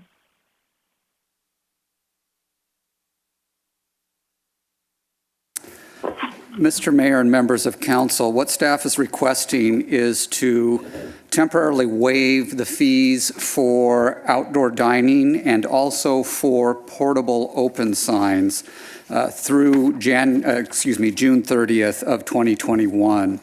We already have the authorization by City Council to waive the temporary outdoor dining fees for the land use permits that we issue there. We are just requesting to extend that through June 30th of next year. With the portable signs, we have had requests from businesses relative to the fee for those signs. Based on the impacts of the pandemic, it's made it difficult for certain businesses. Our fee for the portable signs for those that are located in the public right-of-way is $449. The reason why that fee is the way that it is it does require a member of our engineering staff to come out and survey and appropriately locate the sign in the public right-of-way. I will note that the regular fee, there's an annual fee for the portable signs, which is only $39, but we would also request to waive that too. So again, the reason that we're doing this is to assist our businesses during the pandemic, and we would request your support of the waiver of these fees through June 30th, 2021. Great, thank you. One question on this. I was asked at one of the business meetings this week that we used to not have to go out, and the fee was, I don't know, under $100, and now that we're sending someone out, the fee's gone up so much, and I appreciate that we're moving forward with waiving them during the emergency we're in. But I was asked if people can't do the location with a photo or a diagram and submit it to save a couple $100 of staff time in order to have a sign. At that, that's an important issue for us as well, in that staff does have a lot of demands on our time, and it is difficult for us to go out and do that. So yes, we can look at that. One of the difficulties has been is in the public right-of-way, we need to make sure that we maintain the 6-foot clear space for pedestrians, and that's consistent along the street, and that's the reason why we've had staff go out and do it. But if we can reduce staff effort, we're more than happy to look at that. So thank you for that suggestion. Yeah, and I think people were very happy to have a tape measure out with a photo and showing exactly where it was with their application as a way to save the staff time and save them money. So that would be terrific. So that's all I had on this one. I really appreciate staff's work. Mayor Pro Tem Holstich. Thank you. So this will expire, did it say June of 2021? Yes. So could this come back before that happens? I'd really like to assess it. I am concerned that the fees are incredibly high, and we don't know where businesses will be at that time. So instead of an automatic, instead of it automatically just going back to the way it was without a waiver, I think we should consider it, if that would be okay with the whole council. I think that makes a lot of sense, and if we can bring it back earlier in a way so staff doesn't have to go out, we save the staff time, which is precious right now as we have reduced staffing. So if we can bring that back sooner rather than later, and then before it expires, just calendar it. If we don't have a new fee that we're all good with as a permanent fee. Thank you. Certainly, we'd be happy to do that. Anyone else on this? So is there a motion? So moved. Second. Motion by Mayor Pro Tem Holstich, second by Councilmember Middleton. Mayor Pro Tem Holstich. Yes. Councilmember Middleton. Aye. Councilmember Garner. Yes. Councilmember Woods. Yes. Mayor Kors. Yes. Motion passes 5-0. The next item is 1Y, receive and file report on the Public Arts Commission Downtown Bench Art Pilot Program. Mayor Pro Tem Holstich. Thank you. I just pulled this item because of the amazing work that the Arts Commission in partnership with Main Street and a lot of the businesses downtown. This is an incredible program, and I try to comment on every Facebook post I see of it saying, great job, it looks amazing. And this makes me so happy compared to a whole host of things that we've done. This is just such a creative program. It's so exciting. I think it lends to more activities downtown in addition to shopping, because people can do a tour of the benches. So I'm just so excited about this pilot program, and I wanted to ask if we can do a staff report or, for the public. I'm going to skip over this item. If you look in the staff report, there's photos of all the benches that have been completed, and they're really, really beautiful. So I just want to applaud the Public Arts Commission and Main Street and all of the artists. I know that they're really picking amazing artists who are kind of up and coming or established and throughout the region. So thank you so much to everyone for your work on this. Is there a staff report to go over what's been done, or do we have any photos, or we'll have to do that next time? Actually, Mayor Pro Tem, we don't have any photos to put on the screen at this time, just what's in the staff report, but we certainly can do that as a presentation at the next meeting. That'd be great. We need this type of fun and excitement and happiness right now. So I love this. That'd be great. Thank you. Anyone else? Councilmember Woods. I just want to reiterate that I would like the Arts Commission to also work on replacing some of our art that has been damaged or broken, not continually work on new stuff that is focused on downtown, but I brought up the artwork that's in the median on on Gene Autry, just south of Vistachino, has been damaged and has been removed, and I'd like the Arts Commission to really work on replacing that piece of art, and also looking at bringing art to Tockwitz Boulevard when we have those pads for art. Especially with our airport expanding, it's time to really look at that. Thank you. Anyone else? Okay, do we have a motion? So moved. Second. Motion by Mayor Pro Tem Holstich, second by Councilmember Garner. Mayor Pro Tem Holstich. Yes. Councilmember Garner. Yes. Councilmember Middleton. Aye. Councilmember Woods. Yes. Mayor Kors. Yes. Motion passes 5-0. Okay. The next item is item 1Z, request by County of Santa Clara and City of Chicago to join in an amicus curiae brief before the Southern District of New York involving the Affordable Care Act, New York versus United States Department of Health and Human Services. Mayor Pro Tem Holstich. Thank you. I just pulled this item because there was no staff report for the public. So if the city attorney could give a summary for the public about what this item is about. Yes, Mayor and members of the council. The staff report was released earlier this week. It came in late last week, right as the agenda was being posted, so we weren't able to get the agenda out with the staff report out with the rest of the agenda. The item before you is a request that is coming from the City of Chicago and the County of Santa Clara, California, to join as amicus, a friend of the court brief, on behalf of the state of New York and 17 other states, as well as the District of Columbia. The lawsuit involves a case against the Federal Department of Health and Human Services.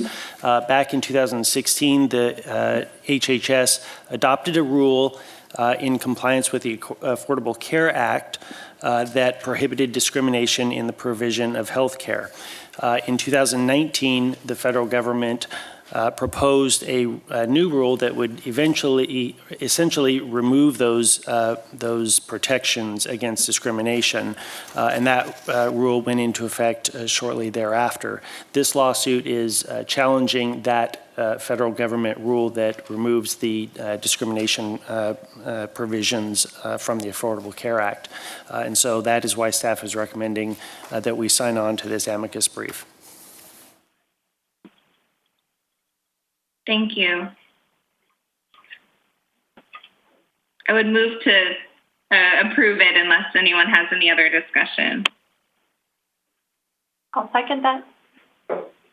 Motion by Mayor Pro Tem Holstage, second by Councilmember Garner. Mayor Pro Tem Holstage. Yes. Councilmember Garner. Yes. Councilmember Middleton. Aye. Councilmember Woods. Aye. Mayor Kors. Yes. Motion passes 5-0. Our next item are our public hearings. The first one is item 2A, consideration of an application by the City of Palm Springs for Class 1 Historic Resource Designation of the Las Palmas Liquor Store Building located at 1595 North Palm Canyon Drive. Mr. Mayor, I thought we had one more emergency. Could we do the other brief? Yes, item AA was added to the consent calendar and was passed with the motion to adopt the consent calendar. Oh, we did it at the same time. Yes. I thought that was just to add it. But since you brought it, I was going to highlight it and I didn't, but what the federal government has done is approve very steep rate increases for people who have green cards to become citizens. It's being called sort of a wealth test to get your green card, to have the United States be one of only 4 countries joining Iran and I think 2 others in charging people to apply for asylum when they have to flee where they are for fear of their lives. And so far, the courts have ruled that those increases were illegal, and so we're joining other cities and the U.S. Conference of Mayors by the vote we took earlier in objecting to this kind of fee increase for legal immigration and legal asylum seekers. So thank you for bringing it up, Councilmember Garner. So we're moving to our public hearings, and the first one is 2A, which is consideration of an application by the City of Palm Springs for Class 1 Historic Resource Designation of the Las Palmas Liquor Store Building located at 1595 North Palm Canyon Drive. Staff report, please. Mayor and members of council, this item is brought to you by the City of Palm Springs and specifically the Historic Site Preservation Board. The particular nomination relative to the Las Palmas Liquor Building is one that was identified on the Historic Site Preservation Board's work plan for fiscal year 1920. As part of that, we did outreach to the property owner to see if they were interested in it. You will note in the backup materials that we've attempted to contact the property owner and have mailed letters to the property owner. They have not responded to any of our letters, nor have they objected to the application moving forward. In terms of the building itself, it was designed in 1960 by an engineering firm, the name of the firm being Harold Schlitz and Associates. What's unique about the building is it's one of the few remaining examples that we have here in the city of Palm Springs of the Googie architectural style. I have a couple of images here on the bottom just to help identify what that is. The former Huddle Springs restaurant that was located at the intersection of South Palm Canyon and Mesquite was another example of Googie architecture. Unfortunately, it was demolished. If you're familiar with a couple of different restaurants in the LA area, Norm's Restaurants is another one that exemplifies the Googie style. Corky's in Sherman Oaks is another famous one that also exemplifies that architectural style. In terms of the Las Palmas Liquor Building, what you'll note about it that's most distinctive is the glue laminated timbers that make up the swooping roof structure.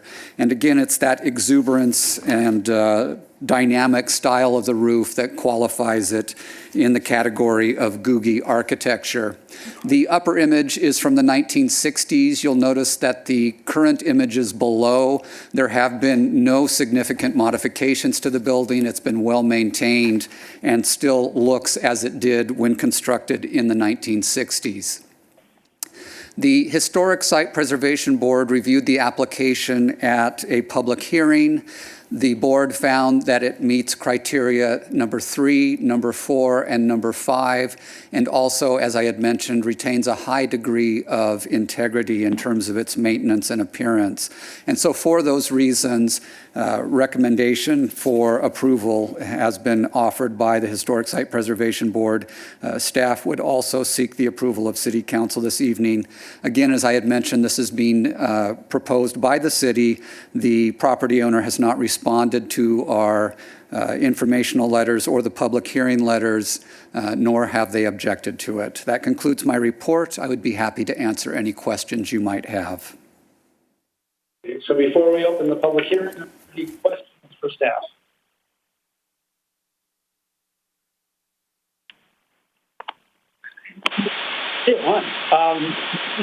Councilmember Lewis. Thank you, Mr. Mayor. This is a question for Flynn. When we looked at the 1960s picture that you had put up there, it did not have fluorescent lighting under the awning, and it currently has fluorescent lighting under the awning. I assume that was added and that this designation does not kind of grandfather that type of lighting in, or that they can change the lighting if they want to revert back to something more authentic? In terms of the designation itself, you'll note in the staff report we identify, starting on page 6, the defining historic characteristics. The lighting is not one of those features, and so consequently it could be removed or it could be changed out. So again, that's not part of its defining characteristics. Great. Thank you very much. Hey, Councilmember Middleton. Thank you, Mr. Mayor. Flynn, what are the consequences of a property owner who has simply not responded to any inquiry that we have made of them? That's a good question. We have had a number of instances where the city has been the applicant for historic designation where the property owner has not participated. This is unique in the sense that the property owner has not responded at all. Typically in other situations, they've commented either offering support or else objection to the nomination. I will point out that despite the fact that the property owner hasn't responded, they still can take advantage of the benefits of historic designation, including a Mills Act contract if they choose to do so, which would offer tax relief to the property owner. So again, regardless of the fact that they have not responded, they would still be able to take advantage of the benefits. And you're satisfied there will be no allegation from the property owner that they were not adequately notified of? Yes, because of the number of times that we have sent letters to the property owner for both the public hearing at the Historic Site Preservation Board and for the public hearing this evening, as well as when the item was first identified on the work plan. We have also been on the site. We have talked to the staff that is there at the liquor store. They've always been very supportive of having us on the property, and we're also enthusiastic in terms of the design of the building and it being an important example here in the city of Palm Springs. So again, we are confident that we have done the outreach that's necessary with the property owner. All right. Thank you. Chairperson Holstead and Councilmember Gardner. Thank you. I have the same question about the property owner not participating. So could you talk a little bit more about the practical impacts of that? So in terms of upkeep of the building or potential blight, if we're designating this, but they're not participating, what are the risks and, negatives and benefits to doing that? Talked about the benefits of doing that the property owner becomes eligible for a Mills Act contract. That's one of the primary things that we look at in terms of the benefits of historic designation. In addition, historic preservation and designation also brings some tourism, especially as part of our Modernism Week. It does bring interest in the building, and it does bring people into the business. So those are the positives. In terms of potential drawbacks, being a Class 1 historic structure does offer some additional processes that may be necessary if the property owner were to make significant modifications to the building. It does require those to be reviewed by our Historic Site Preservation Board. And so that is sometimes viewed as a drawback, is having to go through that additional process in terms of significant modifications. If they are just doing maintenance and things like that, they are not impacted by the designation. Do we know if the owner is aware of that? We have. I mean, he sent notice. Do we know he has actual, or he or she, sorry, has had actual notice? As part of the outreach that we've done to the property owner and the letters that we've sent, we've indicated those issues in terms of what designation means to the property owner. So again, we have done the notification to the property owner. Do we know that the property owner has received it? I couldn't answer that. I believe that we have done the return receipt on the letters, but I don't have copies of that here in my packet. Okay, great. Thank you. Flynn, just to add on to that, one of the things with this historic building is the maintenance and making sure that things are original, so to speak. And so I'm just curious about the cost of maintaining the property once it's declared historic. Along the same lines as Mayor Pro Tem was saying, I'm just concerned that if it's very expensive to maintain in a historical way over time, if not having the property owner involved is a little bit concerning. So I'm wondering if you can speak to that kind of cost. Absolutely. In terms of the cost of maintenance, it's no different than the maintenance for any other building, quite honestly. That there are things such as, doing roof repairs, painting the building periodically, things like that any property owner would be responsible for. So it really is no difference. In terms of any change out of things such as, for example, if they wanted to change out the windows on the north elevation of the building, the key thing that they need to do is change out like for like, as we say, so that the type of windows that they have now, we would just ask that they use the same type of windows if they were ever to replace those. So again, in terms of maintenance, it's really no different than any other building in terms of maintenance. The key thing with doing maintenance is just making sure that they maintain the same character as they currently have. As you'll note, again, from the postcard that we had from the 1960s, the property owner has done a great job in maintaining the building, and so we're sure that they'll continue that into the future. Thank you. What I'm hearing is that there's not, we're not talking about using very, very specific products that must be, googly, so to speak. I know when I've attended some of the events about preservation, they're talking about the original nails and this and that, and it's very involved. And so I just want to make sure that it's not that level of involvement when we're implementing this for this particular property. You're correct. It doesn't require that level of involvement. Certainly there are those who go the extra mile in terms of preserving certain structures. But for the average property owner, maintaining a Class 1 building doesn't really require any additional expense other than the standard maintenance that any property owner would do. Thank you for clarifying that. No other questions? At this time, I will open the public hearing. The public is invited to speak on this public hearing for up to 2 minutes. City Clerk, are there any speakers? Honorable Mayor, there are no public comments for this public hearing.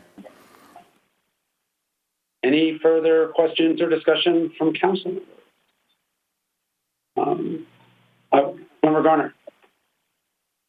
I know that we don't require that a property owner is involved in this process, but I still do have concerns that we're designating a property without the property owner being involved. It does sound like there's really more benefit than there is disadvantage to doing it, but that's just something I want to flag for the future is whether or not we do want to consider requiring the property owner to be involved in this process before we approve things like this. It's a beautiful building, and from the staff report, it sounds like we don't have that many here that have that are still around. So that's a reason to keep it. But that's just my larger concern is that maybe we're being a little bit too liberal in approving properties. And whether or not we want to reconsider that in the future. Thank you. Anyone else have? Councilmember Woods. I think you were very fortunate to have an intact Googie in our city, and I think we're very fortunate to have it functioning and operating as a viable business within the building versus a dilapidated building that's not viable. It is obviously a centerpiece when you drive into our city. I think it's got incredible value that we would want to maintain as a city, and I would make a motion to move staff recommendation. Okay. I have a comment, but is there a second first? I will make the second, but I also have a comment. So we have a motion by Councilmember Woods, seconded by Councilmember Middleton. Why don't you go first, Councilmember? Okay. I share Councilmember Garner's concern about the owner not being involved.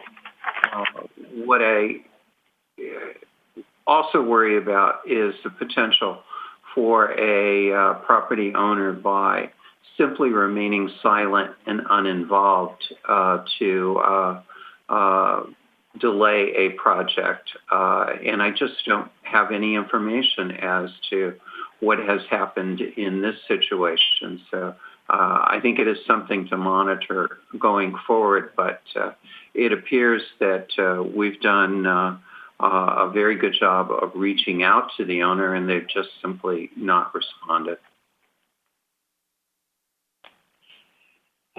Thank you. So I was going to comment on that. And the letters are here where there's a notification.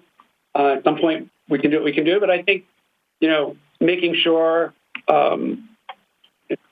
find a phone number, that we just go the extra mile. I think here, every indication, I walk by this building almost all the time because I live right near it, is they just do a great job keeping it up really well and have kept the integrity of it really well.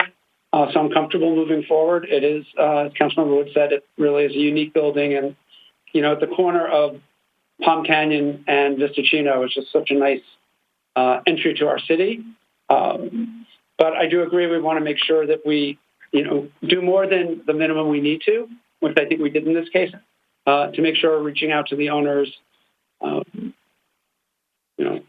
if they're getting these letters and they don't have questions or objections, that's, their choice as well. But I'm always hesitant when someone doesn't have the opportunity to weigh in, which I think they did here, though. But I agree we should watch it. So with that, we have a motion by Councilmember Woods, seconded by Councilmember Middleton. Councilmember Woods. Yes. Councilmember Middleton. Aye. Councilmember Garner. Yes. Mayor Pro Tem Holstege. Yes. And Mayor Kors. Yes. Motion passes 5-0.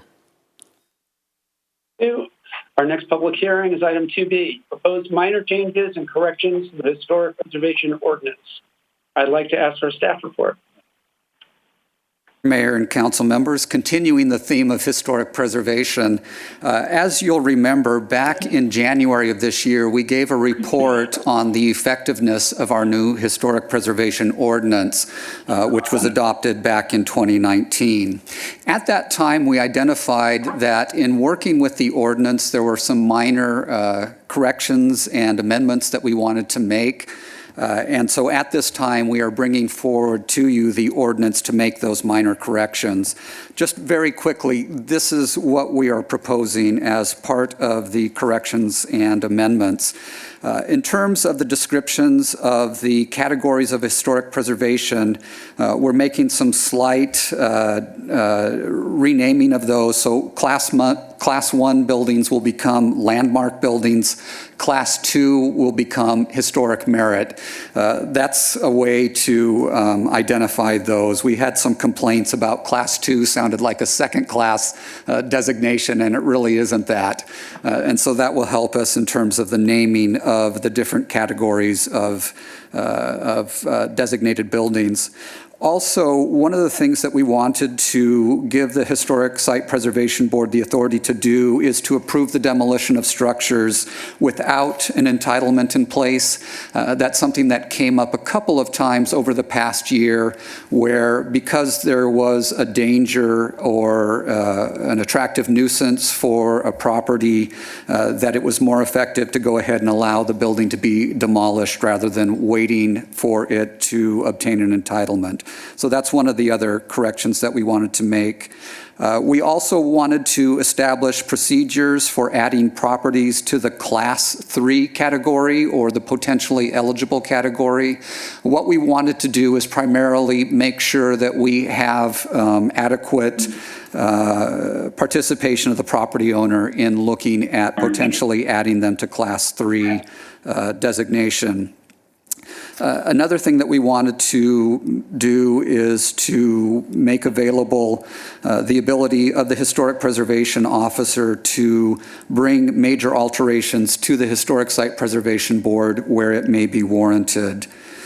Finally, one of the things that the Historic Site Preservation Board is to make a modification to the period for Class 4 buildings. As you'll recall, when we adopted this back in 2019, we established 1978 as the date for Class 4 buildings, so anything older than 1978 would automatically be a Class 4 building.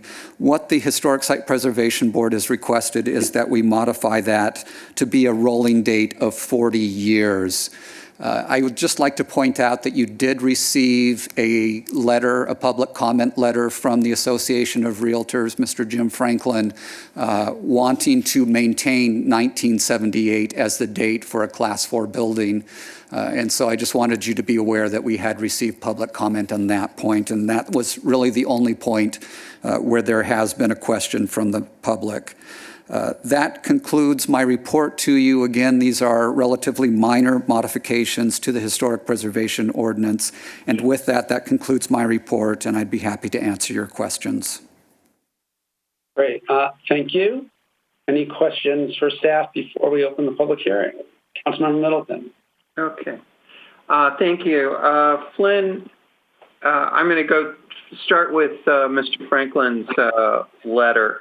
It's my understanding and memory when we passed this, we chose 1978 for a reason, that there was a period of architecture that tended to be demarked by 1978. So what's the advantage of having a 40-year rolling period as opposed to staying with 1978? One of the things that we debated when we adopted the new ordinance, and I believe Councilmember Middleton, you were there as part of those discussions, with having a set date of 1978, one of the things that we don't do is, as buildings get older, we don't aren't able to incorporate those as easy. By having a rolling date of 40 years, it makes sure that we're able to capture buildings that may become significant or eligible for designation. And so that's one of the difficulties. One of the benefits of keeping it at a set date, it makes it a little bit easier for staff, especially building and safety staff, as they're seeing permits come in for modifications to building. They can easily identify anything older than 1978. They just need to route it to the historic preservation officer to review that, as opposed to a rolling 40-year date. That makes it a little bit more difficult for staff. So there are pluses and minuses both ways. And again, it really is up to the City Council as a policy decision which one you choose to go with. Okay, thank you. My second question, and my only other question, is on page 34 of the staff report. In there, you're changing the standard for issuing a demolition permit in part from one that previously required a determination that there was a public nuisance or otherwise violation of federal, state, or local law, to one where it is now a determination that it's in the public interest to issue the demolition permit. What do you think the practical impact of that change is going to be? I suspect the impact is going to be again, it gives a little bit more flexibility in looking at the demolition of structures and what the impact is in terms of any potential dangers, as I'd mentioned before, those that become attractive nuisances. There was one in particular that the Historic Site Preservation Board reviewed where they weren't able to allow the demolition to move forward, even though there were some concerns relative to the structure remaining and not being able to be demolished. So again, it gives a public process for the Historic Site Preservation Board to look at issues where there may be concerns if the building is not demolished. All right, thank you. Any other questions for staff before we open the public hearing?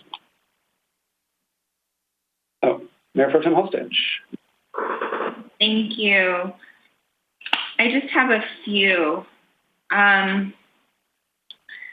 First, this is not part of the recommendations, but the the ordinance, as it's written, as you know, one of the criteria for designation for Class 1 is number 3, which is the resource reflects or exemplifies a particular period of national, state, or local history. And I was just wondering if you could explain that as we look at this ordinance, because I've noticed that essentially it is used as if it applies to any period of design or any period of architecture, and it seems like it would apply to every single building in the way that it's used, and I just don't understand the full definition of what that's intended. If it's supposed to be linked to something in history, like some of the other criteria, or if it's just about architecture and design. Thank you for that question. That's a good one. And it's one that we sometimes struggle with in evaluating some of the requests that we receive. In terms of reflecting a period in time, and let's go ahead and use the Las Palmas Liquor Building. It is identified as reflecting a period of time, and in particular the 50s and 60s and the Googie style of architecture. It is one that does qualify under criterion number 3 because it does reflect that period of time, and it is an excellent example of Googie architecture. So when we look at that, it needs to be a particularly good example of that period of time. Not everything will qualify under that. So not every building built in the 1960s would qualify under criterion number 3, but what we're really looking for is examples that in particular have been maintained, retain their integrity, and really exemplify a certain period of time in history. So I think that's always my struggle with that criterion, and I think it's because it doesn't have that qualitative part that you just said, that it's a good example. It just says reflects or exemplifies a particular period. So you could say that my house in Sonora Sunrise, built in 1971, is good as an example of tract home ranch style, or right? Like, I don't understand sort of how it's written. It seems overly broad and not necessarily getting to what we're trying to do, which is to preserve, historically significant architecture, and not all of it. Absolutely. I understand that. Not having seen your residence, I don't want to insult you, but it's probably a fairly common example rather than a significant example. And so that's really the distinction. And again, I hope I haven't insulted your residents. That's okay. So if we were to change that or send it to HSPB or to look at it, so you would say that it exemplifies a significant period, or significantly some qualitative factor, right? That it doesn't apply to everything. Back to the Historic Site Preservation Board to review that particular criterion. Again, we can always modify or update our ordinance as we see issues that we need to address. So I'd be more than happy to take that back to the Historic Site Preservation Board and have them look at that. Thank you. Okay, and then I just have, I think, one or two other questions. So in part of the ordinance procedure for reviewing applications for demolition or alteration of Class 3 and Class 4, it allows a demolition permit issuance contingent on entitlement and permit, and then it explains the city may issue a demolition permit without entitlement if it's been ordered by a final court ruling or order, or HSPB determines it's in the public interest. But I thought that there was in the staff report an option for the historic preservation officer to also have some discretion on that in case of public safety or something like that. Yes, there is. In terms of public safety, that's when the historic preservation officer can review and approve that. But those are rare situations that we have come forward, typically as part of a code enforcement action or something along those lines. So where there is an immediate public safety concern, the historic preservation officer can do that administratively. However, in other situations, it's something that we would take to the Historic Site Preservation Board. Okay, thanks. It doesn't list the historic preservation officer. It just lists those two that I read. So we can talk about it during the public hearing. That was just my question. Okay. Okay, thank you. Any other questions? Okay.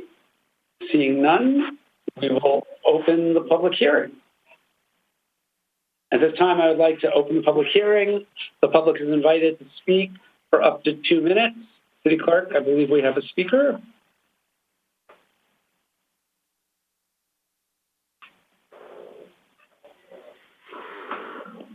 Hello, Mr. Jim Franklin. You're live with the Palm Springs City Council, and you have 2 minutes to provide your comments. Okay, I'm on now. Yes, you are. Okay. Mr. Mayor, members of the council, city staff, Jim Franklin, representing the Palm Springs Regional Association of Realtors, first-time caller, long-time listener. And I would just like to point out a couple of things. I was a little surprised when it said minor changes, changing the date for Class 4 from 1978 to 40 years roving, to me is a major change. And the main reason that we did the 1978 was because in the state of California, there's a disclosure law that every realtor knows that you have to give a lead-based paint disclosure to the seller and the buyer of every property, and we incorporated into that disclosure in Palm Springs anything built before 1978 could be classified as a Class 4 or would be classified as a Class 4 property. and you need to follow up on that. And the main reason we do disclosures is so that the seller and buyer afterwards do not come back and say, oh, you didn't tell me this was built and such and that. So we're just requesting respectfully that you keep the 1978. It is a date certain. Our members have been trained on this, and so they know 1978, lead-based paint, and the disclosure. And disclosures are written by our attorneys at our California Association and controlled by our offices, so it's not an easy thing to then re-educate everybody on the 40-year roving. And I believe part of the program was that we were going to review this every 5 years, and this was just last year in 2019 that we did this. So we would like to request we keep anything built before 1978 as a class 4, and then we'll look at it as time goes on. I don't think there's been any issues happen, and honestly, I don't think anything historical happened since 1978 in Palm Springs. And with that, have a good evening, and thank you for your time. Thank you, and we'll disconnect. Mr. Mayor, that concludes public comment for this item. Great. Thank you very much. So further council member questions and comments. And we'll thank our speaker, our one public speaker on this. That's my recollection as well. I think HSPB recommended it being rolling, and council decided against that, but to look every 5 years, in part because of the disclosure. And we picked 78, which actually made it a year different because it tied in with the lead paint base, the lead-based paint. And, you know, the realtors really supported this ordinance and did a lot of work in support of it. So that is the reason, one of the reasons at least. I think Councilmember Middleton raised another one as well, just for our 2 newer council members who weren't on at the time. So with that, questions, comments, suggestions? Councilmember Middleton. Make sure I'm on. Yeah, I support moving forward with the staff report, but with the one change that I think we should, for the time being, retain 1978 as the demarcation line, and I'm certainly open at a future date at looking at something other than 1978 and coming back to reconsider the 40-year rolling average. But I believe Mr. Franklin makes a very good case that we have realtor support, that's important, and we have realtor understanding. I would like not to make that change at this time. Mayor Pro Tem Holstich. I agree. Councilmember Middleton just said it, but I was going to say Jim Franklin can record. Jim Franklin's right. We did agree on that date. We spent a lot of time on it. We picked it for certain reasons. It's easier for staff as well, and there's less mistake or room for error because you're not doing calculations every year and missing anything. So I completely agree with the staff recommendation, except also for the keeping the date certain at 1978. And then I just had that comment about the way that the ordinance is written on page 34. So unless I'm missing something here, and it could be in later in the ordinance, but on page 33 it starts at section 4B, and then it lists when a demolition permit is contingent and when it can be issued without entitlements, and it looks like it only lists by final court order and HSPB, and it doesn't look like it includes the historic preservation officer. So Flynn, did you look at that section? Yes, absolutely. We'll go ahead and clean that up for second reading so it's clear. Okay, thank you. That's all I have. Anyone else?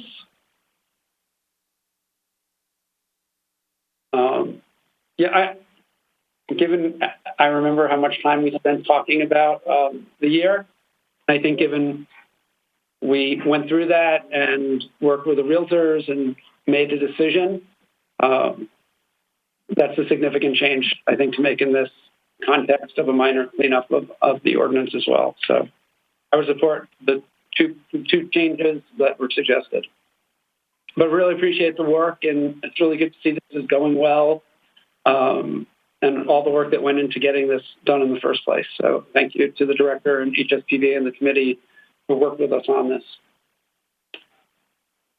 So is there a motion? So moved. Second. Motion by Mayor Pro Tem Holstich, second by Councilmember Middleton. Councilmember Garner. Yes. Councilmember Middleton. Aye. Councilmember Woods.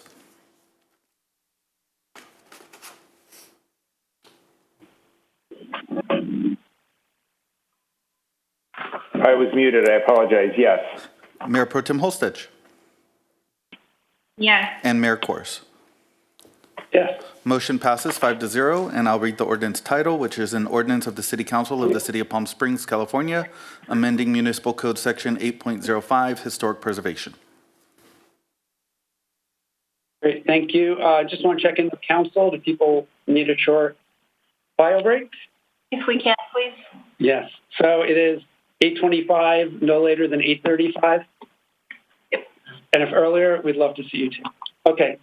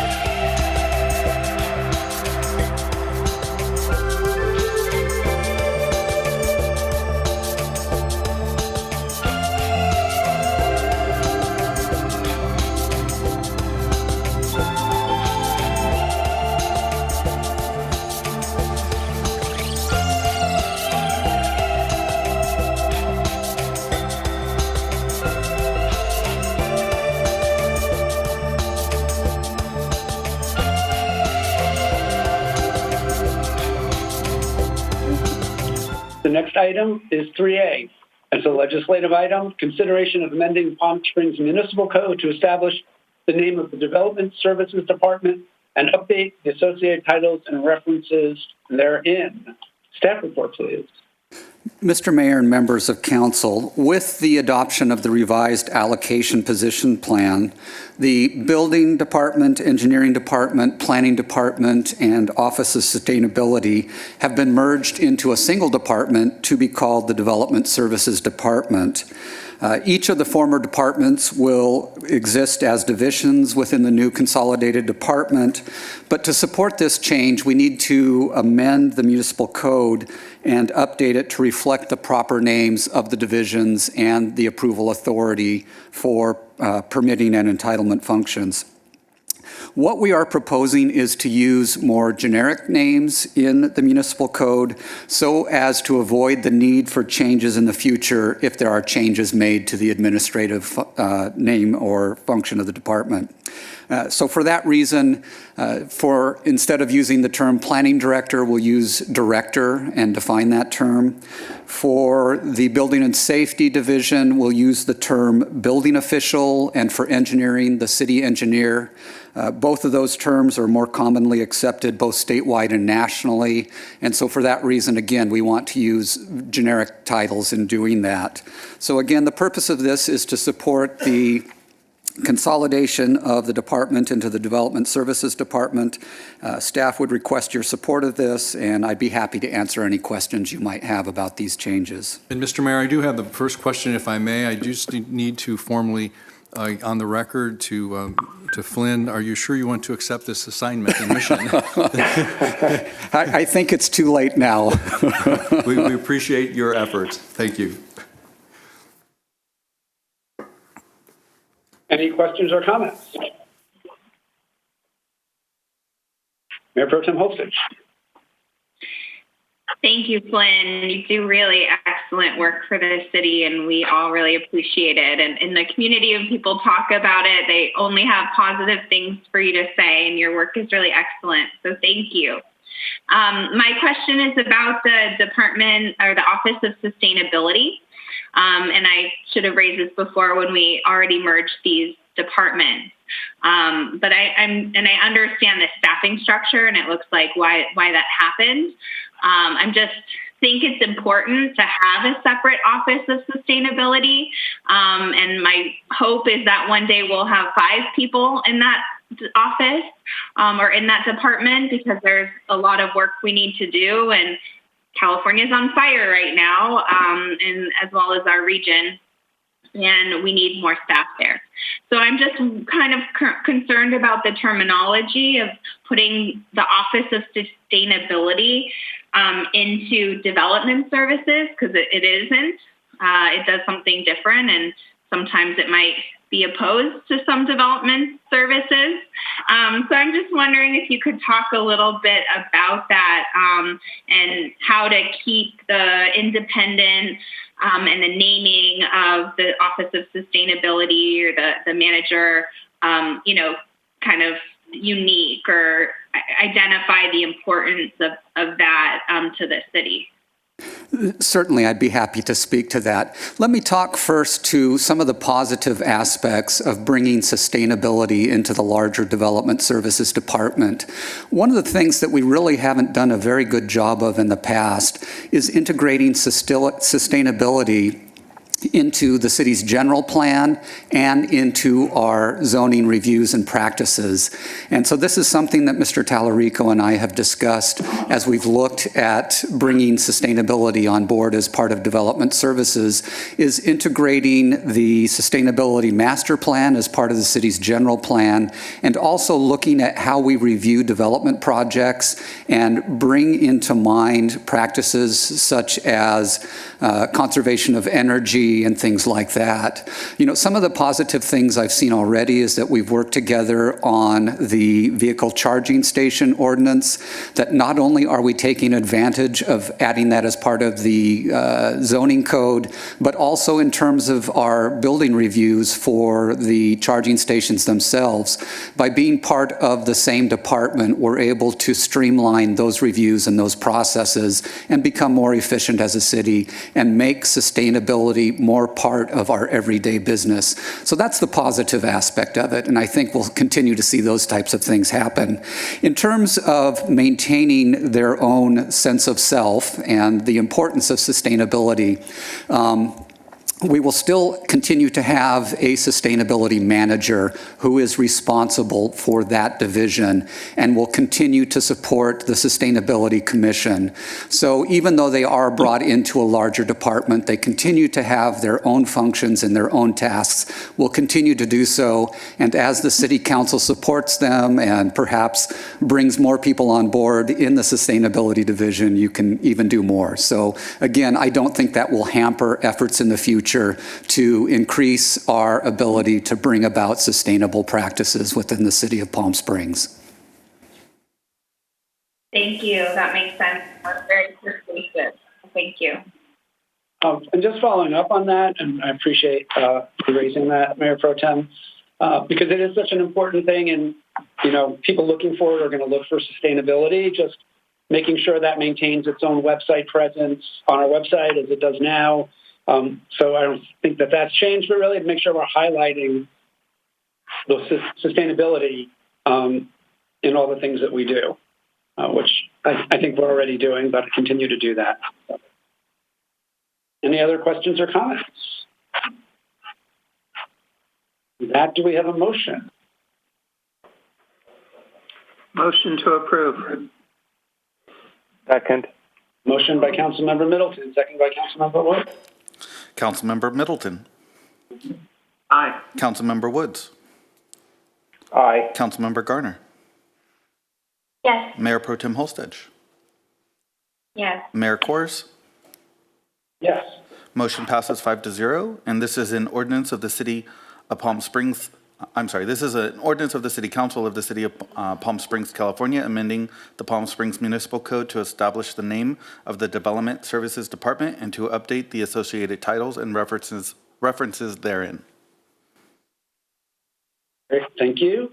The next item is 4A, discussion regarding a temporary moratorium on evictions and the impacts of Assembly Bill 3088 regarding non-payment of rent due to COVID-19. Staff report, please.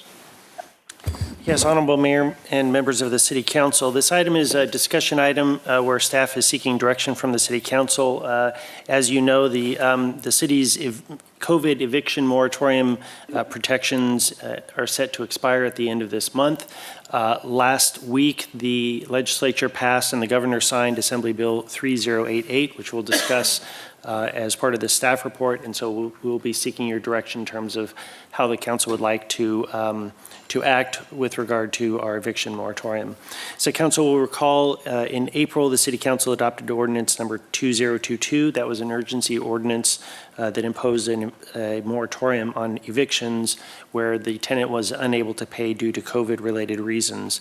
The city's ordinance notably applies to both residential as well as non-residential property, so commercial property as well as residential property. The ordinance was extended on May 26th, June 30th, as well as June 23rd, and again is set to expire on September 30th.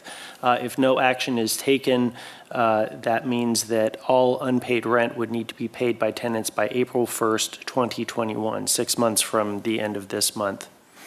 As I mentioned last week, the legislature passed AB 3088. This is the COVID-19 Tenant Relief Act of 2020. It offers several protections for tenants as well as some protections for borrowers and landlords. Notably for our purposes, AB 3088 only applies to residential tenancies, so it does not apply to commercial tenancies. It really affords no protections to tenants of commercial property like the city's ordinance does. So under the Act, a residential landlord cannot initiate an eviction action before February 1st, 2021 against a tenant, including a mobile home tenant, due to non-payment of rent if that non-payment was based on a COVID-related hardship that accrued between March 1st and August 31st. So that's the first time period of protection. The second time period of protection is from September 1st to January 31st, and for COVID-related non-payments in that time period, the tenant is required to make payments of at least 25% of the rent that was due during that period on or before January 31st in order to be protected by the Act. The Act also does something somewhat remarkable in that it prevents eviction actions, but as of March 1st, it transforms those debts to just a consumer debt. So a landlord is not able to evict a tenant based on the tenant's non-payment of rent. Instead, it's really just collectible as any consumer debt or a money judgment, as it's sometimes called. The Act also expands the jurisdiction of small claims court, which is currently limited to actions that are below $10,000 for individuals and $5,000 for corporations.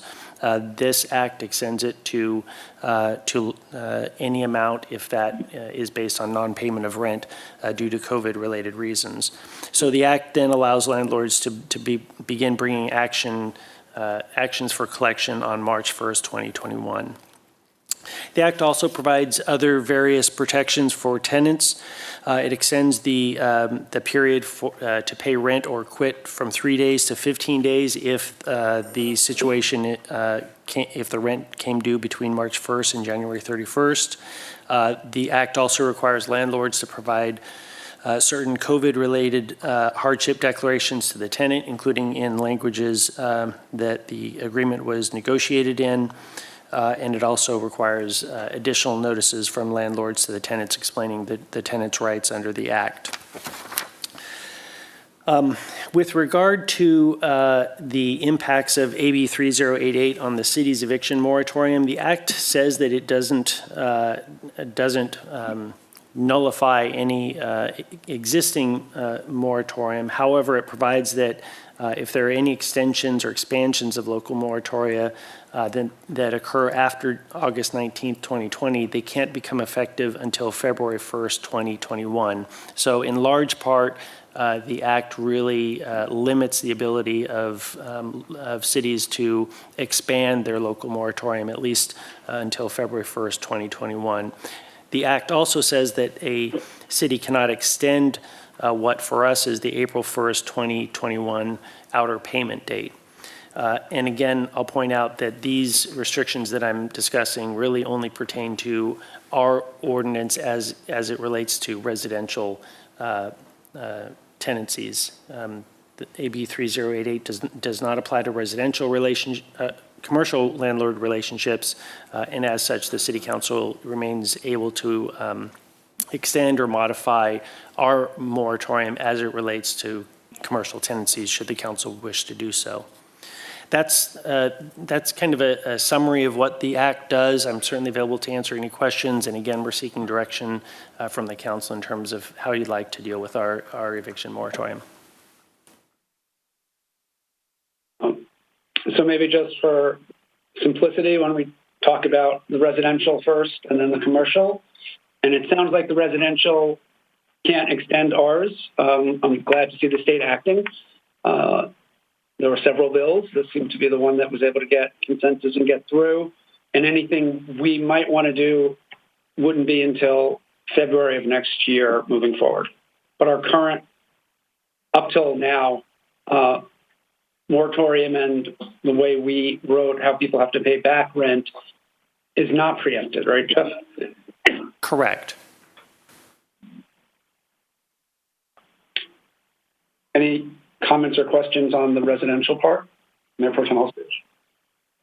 Will comment. I think that in looking at both the state law and our ordinance, and in talking to my colleagues who are currently tenants' rights attorneys and do housing law, it sounds like the state bill or law is more protective than ours. in a number of ways. And this is why we're grateful for the state to act, because they have power over a small claims court and they have power over mortgages and all that we really couldn't touch. So I'm open here, but it sounds like there's probably no reason, unless the city attorney can identify it, to not just defer to the state so it's consistent across jurisdictions. And I think about landlords and tenants and knowing what the law is and what the rules are. I've seen sample forms going out about how to give notice or how to, seek rent or whatever it is. And some of those might not apply if the rules are different in Palm Springs than in Indio. And so I like to have consistency for the law for all of the people who use it. So I think that would be my preference, is just to defer to the state and be consistent, because the state's law is much more protective than ours. To the city attorney, is there any place, I think you answered this, but just to re-ask it, is there any place that our ordinance is more protective? No, not really. I think our ordinance goes into a little bit more detail in terms of the actions that landlords are not able to take in terms of serving 3-day notices and stuff like that are preludes to the court action. But other than that, no, not really. Can you talk a little bit about that? So that was my only other question, is about pretextual evictions, which I'm really worried about, because meaning that if someone can't pay rent because of COVID, but their landlord is trying to evict them for a violation of the lease rules or some other pretextual reason. Yes. Can you explain how the state law works in practice? Because we don't have a lot of legal assistance for tenants here, sometimes any at all. Yes, so the Act does specifically prohibit those pretextual type of evictions. It doesn't go into a whole lot of detail. There are probably 2 sentences worth that basically say that a landlord cannot evict for pretextual reasons, and then it imposes on the tenant the burden of proving that it was pretextual. So while it does afford those protections, it doesn't give a lot of detail, and because the bill was just signed last week, it's kind of hard to say what are going to be the practical implications of it, but there are protections for that. That's too bad. So does our ordinance include some of that? Because we do go further for preventing lockouts and things like that. No. I can't. Jeff, not in this law. Last year, didn't the Tenant Protection Act pass that prohibited any evictions that aren't just cause evictions?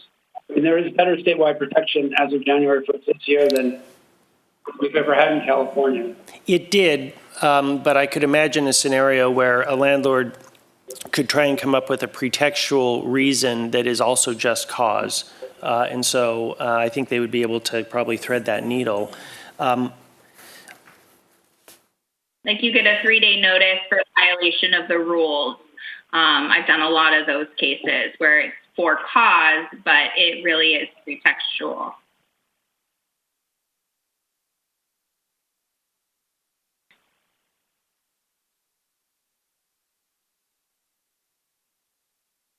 Sorry, for the city attorney, I was giving some more time. No. You wanted to answer. I'm looking at our ordinance. We didn't really have a lot of situations, at least from members of the public. We did receive a number of calls from both tenants and landlords over the last 6 months inquiring about our ordinance. None of them really dealt with pretextual evictions. I would say that the state's is probably very similar to what our ordinance did back in April. Thank you.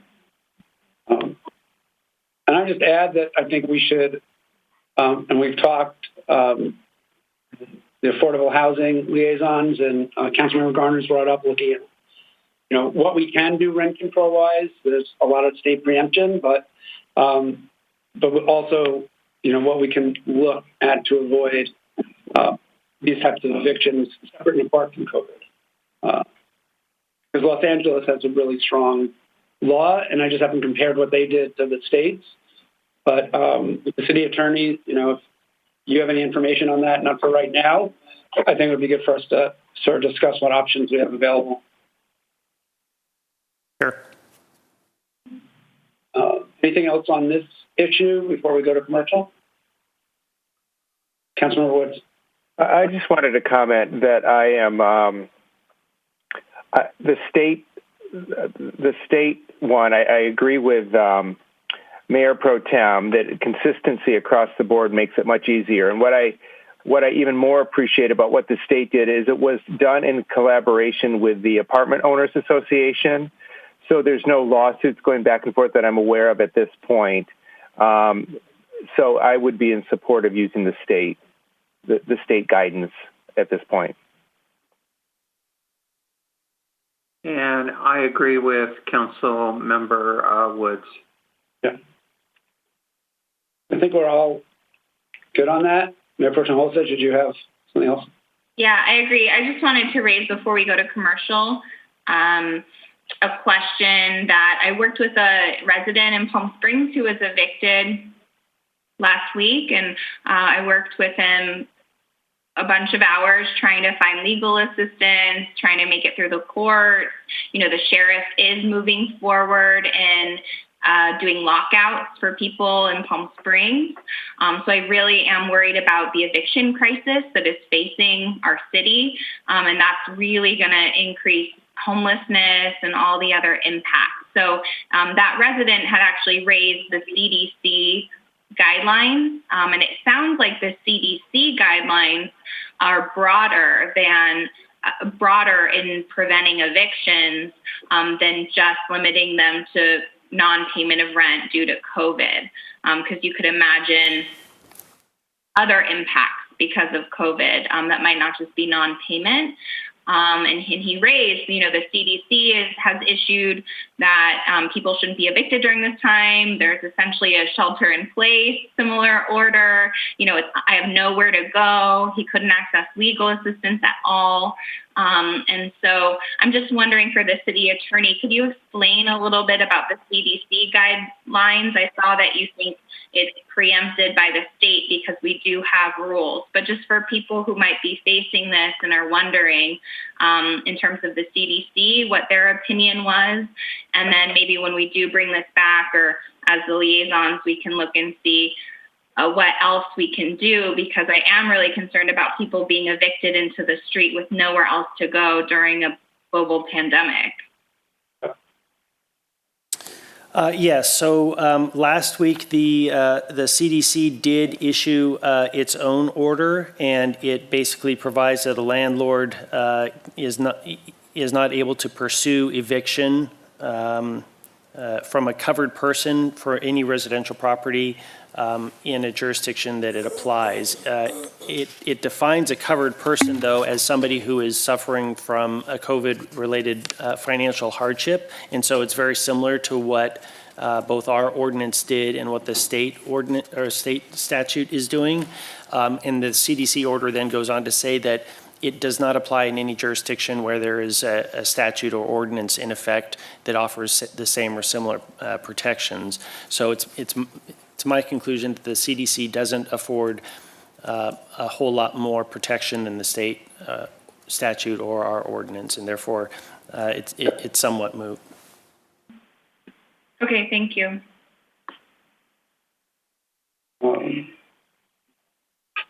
So commercial, the state has done nothing on commercial evictions. I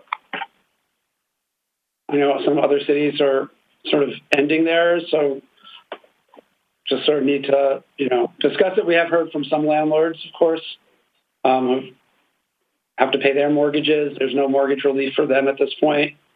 And they're sort of the concerns we heard from one commentator today. If someone is unable to start paying their current rent and they owe 6 months back rent, it's going to be very hard from ever getting out from under that. So this is just a really tough situation with no federal or state action and how to best handle that. So, City Attorney, what are you seeing in other cities? Do you have any sense?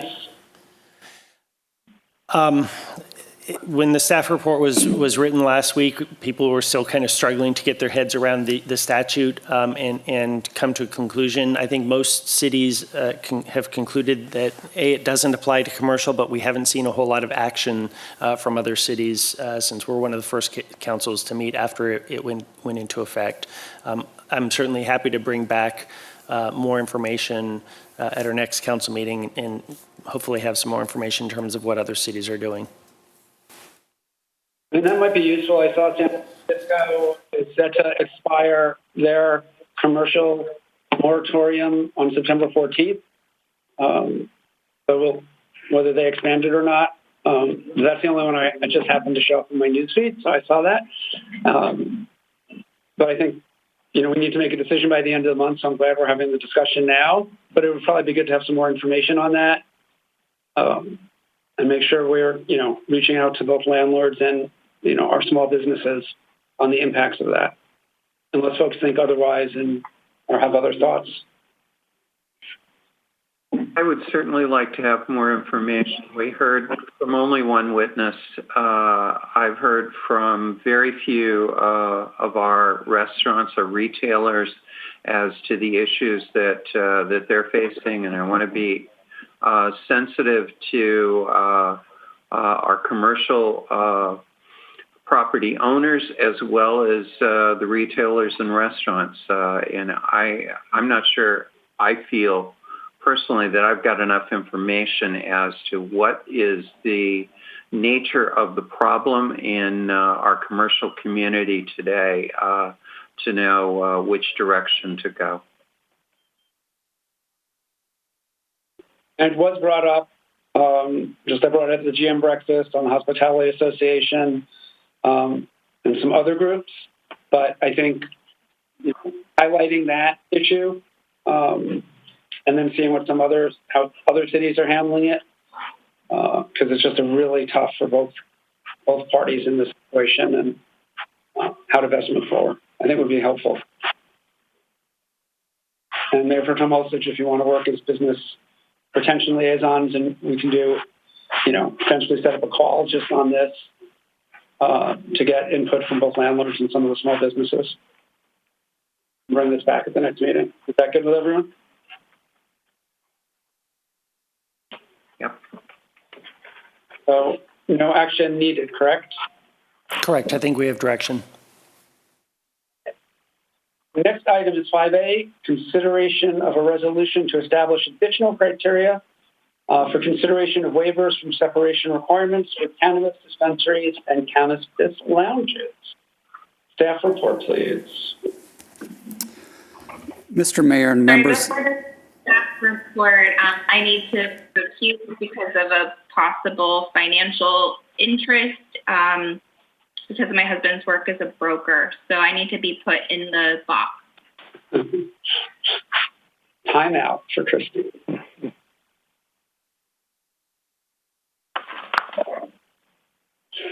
Mr. Mayor and members of council, I'll go ahead and begin with the staff report now that Mayor Pro Tem is in the box. In terms of the consideration of distance waivers for cannabis applications, we use the minor modification process, and there are 4 standard criteria that are applicable to minor modifications.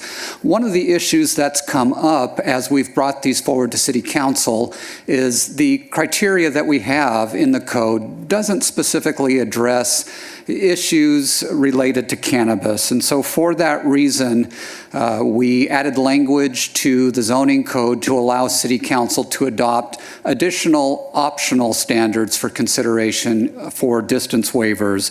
And that's what we're here to discuss this evening. One of the things I wanted to point out, as I've had a question from members of the public, is the waivers that we're discussing are those that are applicable to the 500-foot separation distance that is required between dispensaries and/or lounge facilities. So those are really the only distance waivers that we're talking about relative to criteria for consideration. In meeting with the cannabis liaisons, What we looked at were a number of optional criteria that could be considered relative to distance waivers. And here are the criteria that we are proposing for this resolution. Number one is that the proposed dispensary or lounge would be in an existing building that is considered to be blighted. And in terms of the use of the word blighted, we're going with the definition that we already have defined in our municipal code.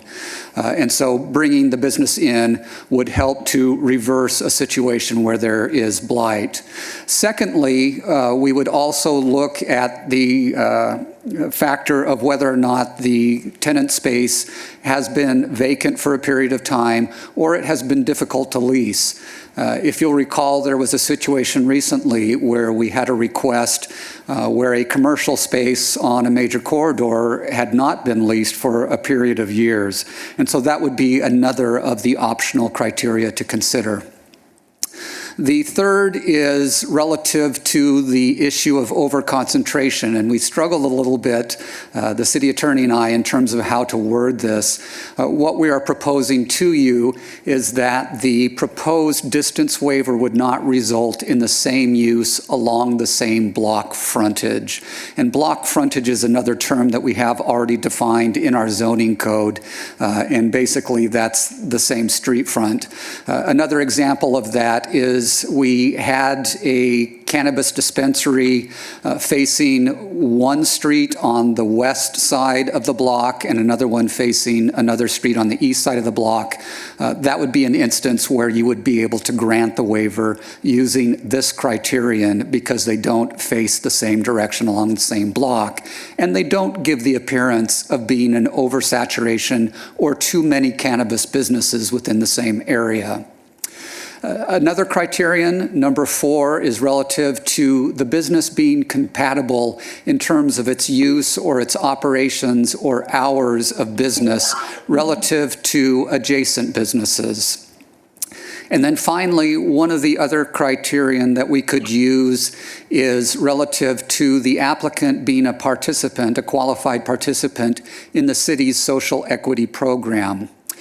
The city attorney did some research on this. There is another city in Southern California that uses this as a criterion in terms of approving cannabis applications and found that there have not been any challenges to that yet. I know that there were some questions about whether or not we could use this, but there seems to be a precedent for it. And so consequently, we are proposing that as one of the criterion that you can consider. Relative to these additional criteria, they are optional, so City Council could consider one or more as they look at distance waivers in evaluating the impact of the distance waiver. Another thing to take into consideration is that because we are adopting these via a resolution as opposed to amending our code, it gives you a great deal of flexibility at some point in the future if you feel that they need to be modified or somehow further better defined. We can easily do that via resolution at a city council meeting. So again, those are the additional optional criteria. How we would implement this is in our staff reports as these items come forward. Not only would we evaluate the application under the standard criteria that we have for minor modifications, but we would also provide an analysis to the City Council of these optional items. Our approach would be to take a more neutral review and then allow City Council to determine whether there are impacts and which of the optional criteria to apply that may be specific to the situation. That concludes my staff report, and I'd be happy to respond to any questions you might have about these proposed optional criteria. Great. Thank you so much.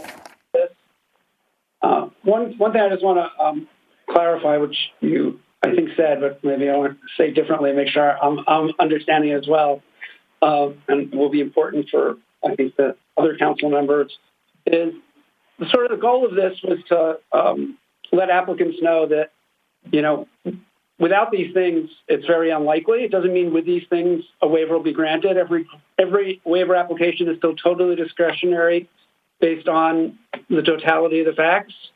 But based on the things we've heard from other council members, Councilmember Garner heard, during her time on Planning Commission, that we thought it'd be good to give them some guidance so people don't spend money, don't enter into leases or purchase agreements in a situation where it's pretty unlikely they will be getting a waiver. And it gives them at least some ideas of some of the things we're looking at. So that was sort of the idea behind it. I don't know if you want to add anything to that, Councilmember. I know that's about it. I just think this provides more clarity and guidance for us, for Planning Commission, for everyone. So any comments or questions from the other two councilmen? I have a couple of questions. Flynn, when we talk about something that has been vacant for a long period of time, how is that going to be defined? Is that 12 months, 24 months, 36 months? To respond to the question, what we will do is we will provide information based on business license records to you. We will not state that it qualifies or doesn't qualify. What we will do is report to you based on our records how long the space has been vacant. One of the concerns that has been raised is where property owners are maintaining a space vacant so that they can have cannabis businesses and not renting to other tenants. And so as part of our review, what we propose to do is to provide that analysis where we're able to do so. But again, we're not making a determination that 12 months or 24 months is the minimum, but rather we'll give you a report on how long the space has been vacant. Okay. So that I understand, when you say not in the same block frontage, there's a cannabis facility, as example,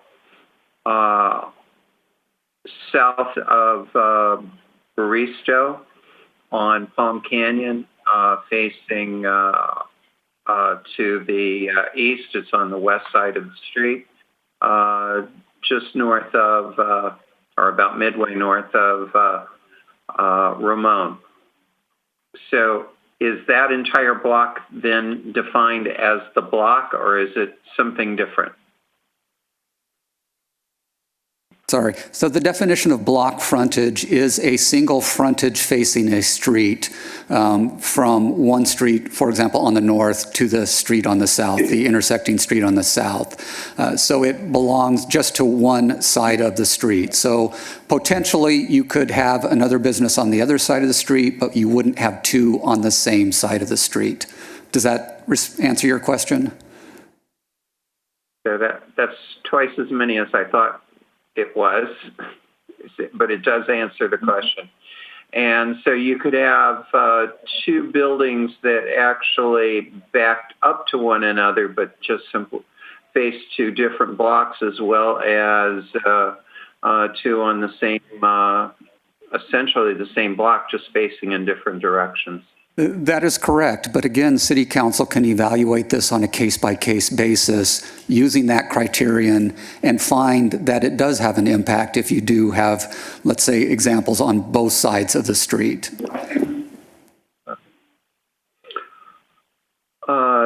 Do you have an estimate of how many new locations would be now available for rent that are under the 500-foot rule would not be available? Unfortunately, I don't have that information available. Okay. All right. I had asked to see a map of all of the blocks of where we currently have permits and where we have permits pending. Was that something that you were able to get to, or did that get lost? Unfortunately, I didn't receive that request, but that is something that we can provide relatively easily to you. All right, thank you. Any other questions, comments? There's a motion.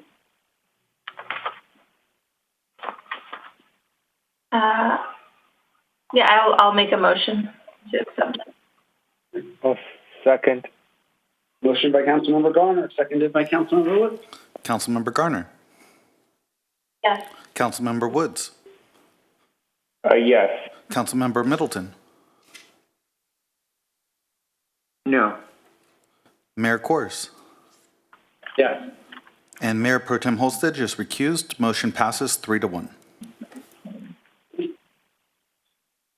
We can end Christie's timeout.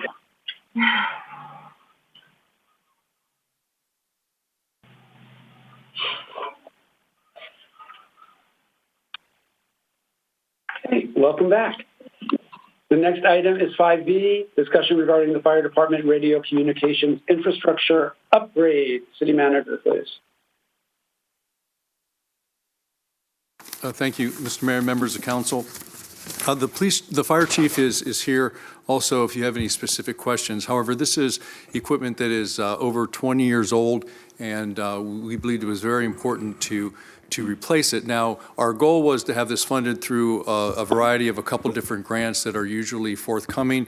Unfortunately, we found out that these grants were not going to be coming to the city this particular year, and we didn't feel that we could wait for another budget cycle to replace this infrastructure. So this approximately $250,000 expense we think is important to move forward. As you may know, the fire department has a separate radio system than the police do, and the reason for that is the fire system is a different frequency that allows greater penetration in buildings and in situations where the fire department personnel may find themselves and they need good communication.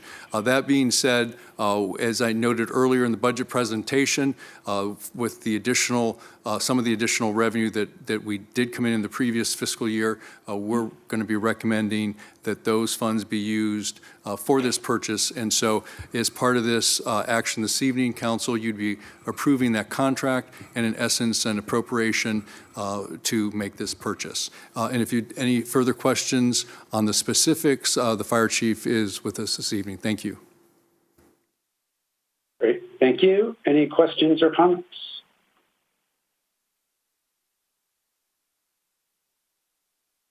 Seeing none, does someone want to make a motion? I'll make the motion. Second. Motion by Mayor Pro Tem Holstage, second by Councilmember Middleton. Mayor Pro Tem Holstage. Yes. Councilmember Middleton. Aye. Councilmember Garner. Councilmember Woods. Yes. Mayor Kors. Yes. Motion passes 5-0. Thank you. Our next item is item 5C, direction regarding the establishment of an Equity and Social Justice Committee. I'd like to ask for a staff report.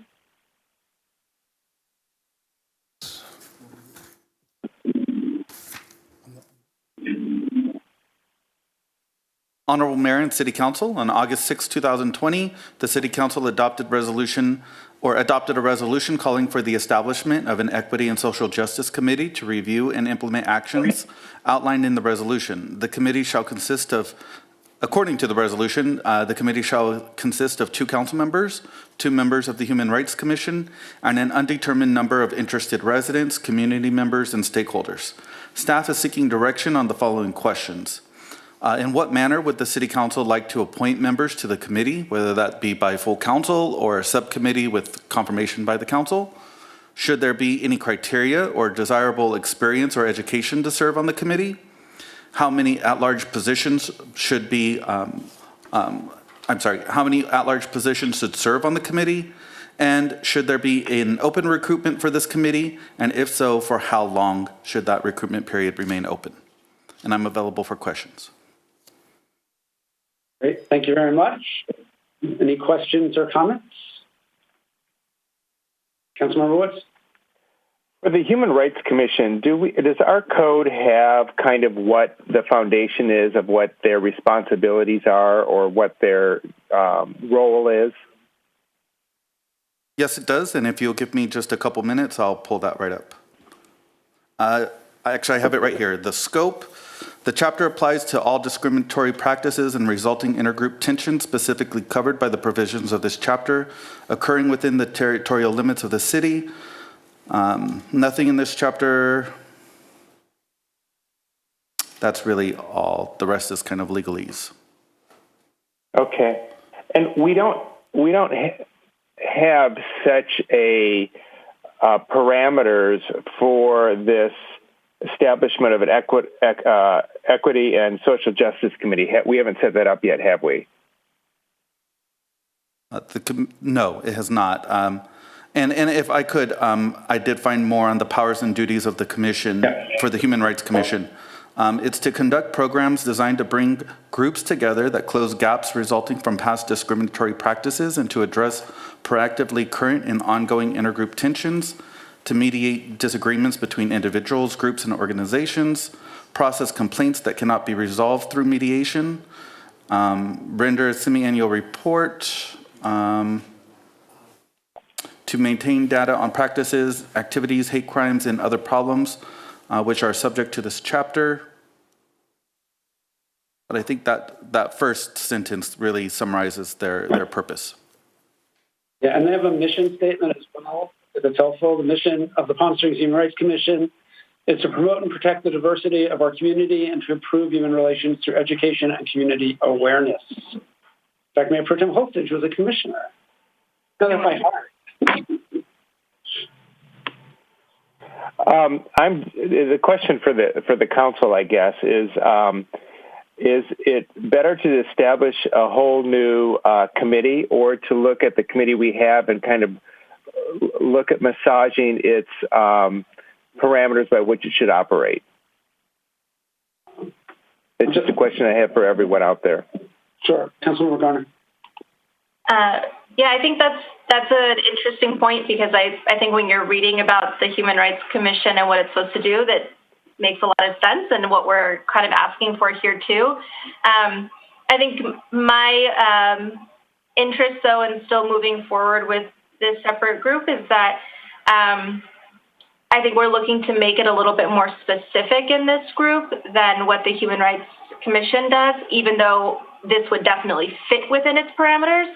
My other interest is that we are more intentional with the members that make up this Equity and Social Justice Committee. With our commissions generally, we do a little bit of our own recruitment, sure, but most of the time we're waiting for residents to come to us and say they're interested in serving.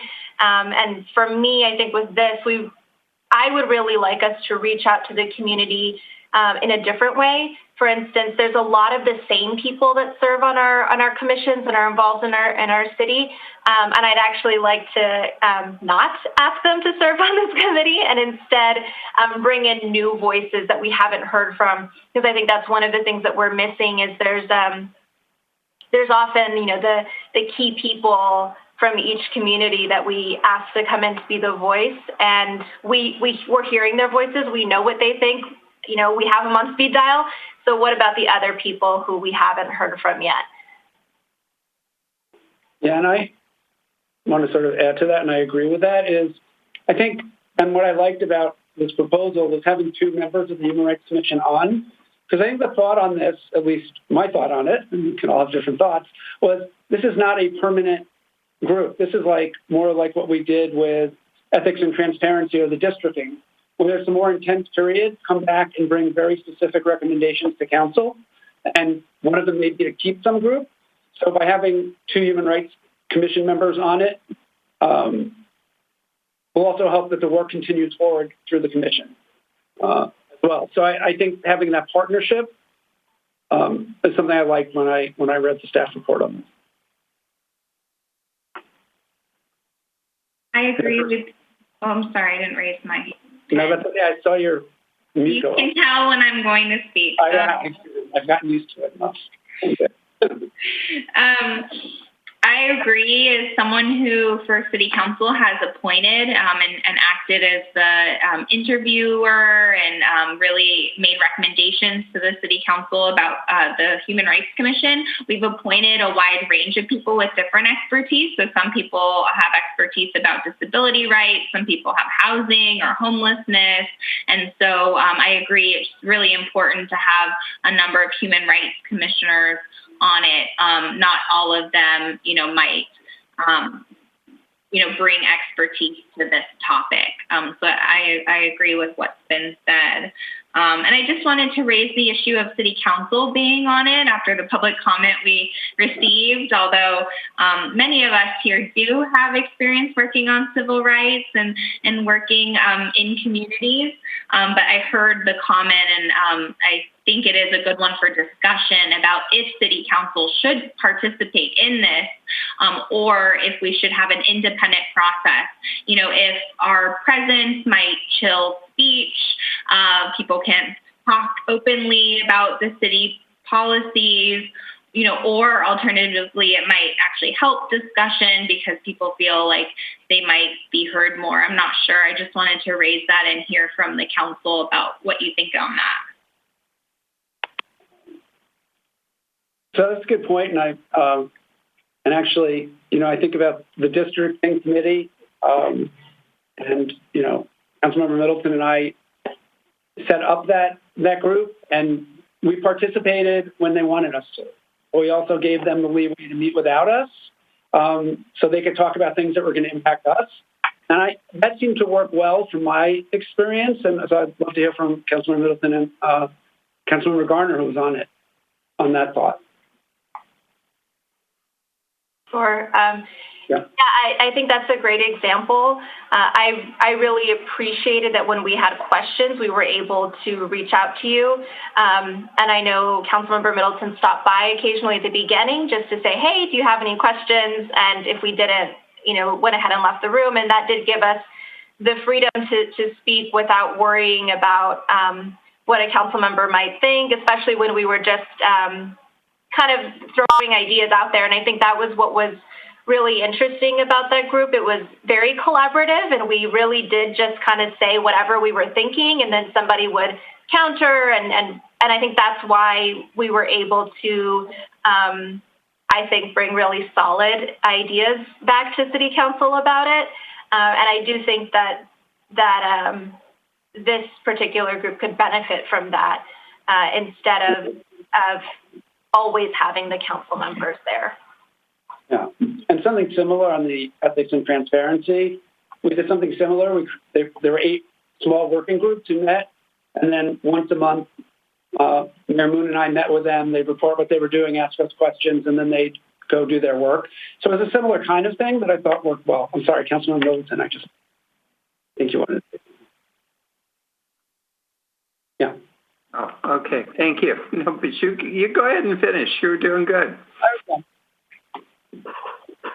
So, and I'm going to be commenting pretty consistently with what everyone else has said, but I think ethics and transparency, the districting, both are good examples of us putting together working groups to address specific issues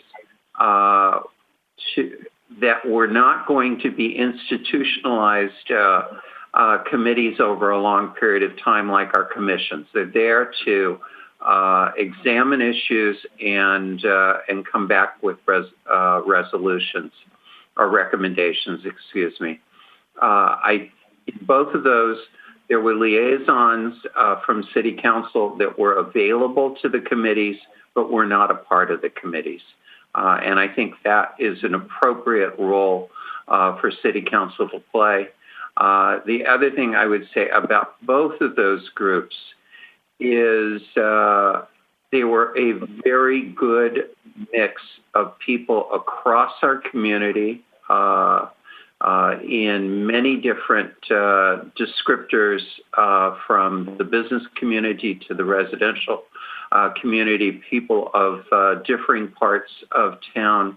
And as we come up with recommendations, I think it's going to be important that we have a cross-section of our community that is committed to the recommendations, and that will happen best by a committee that represents the broad spectrum of Palm Springs.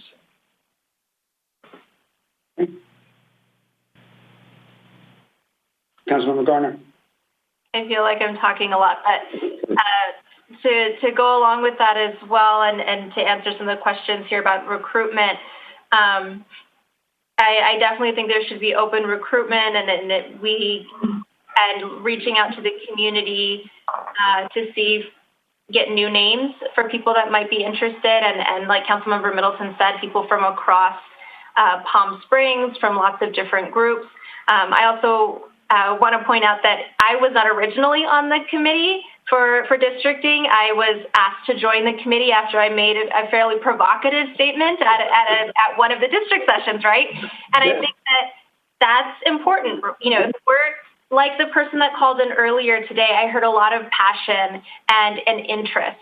I'm sorry, I don't have the person's name, but you know, that's the kind of person that we want to join in on our committee, and make sure that we're not saying, oh, well, you weren't originally appointed, so you can't join us. No, if we see somebody good that can offer something, then let's bring them on. I think that's really empowering, and I certainly felt very empowered.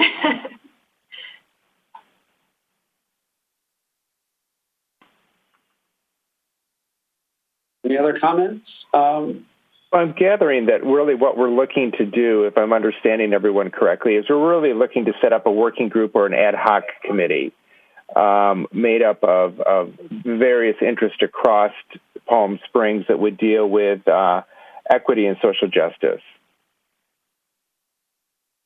Yes.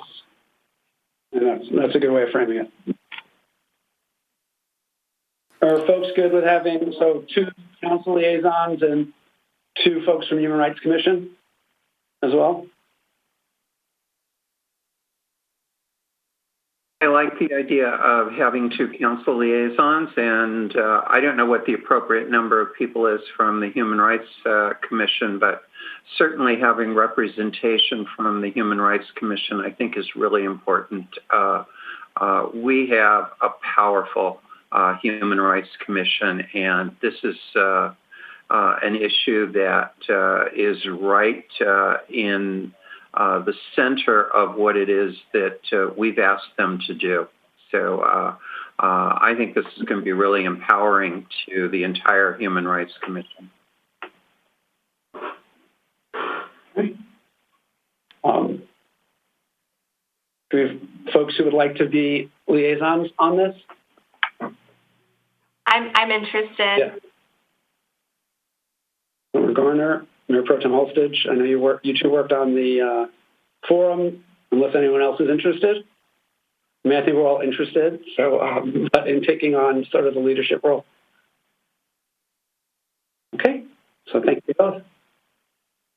I would think that our 2 council liaisons could help with answering the question, the bullet points that are in the staff report, and they could also help frame what we hope to achieve through, you know, and that obviously I think that what we achieve may be massaged and changed. We might get a product we didn't even expect out of the end of this. So I think it will have some growth to it.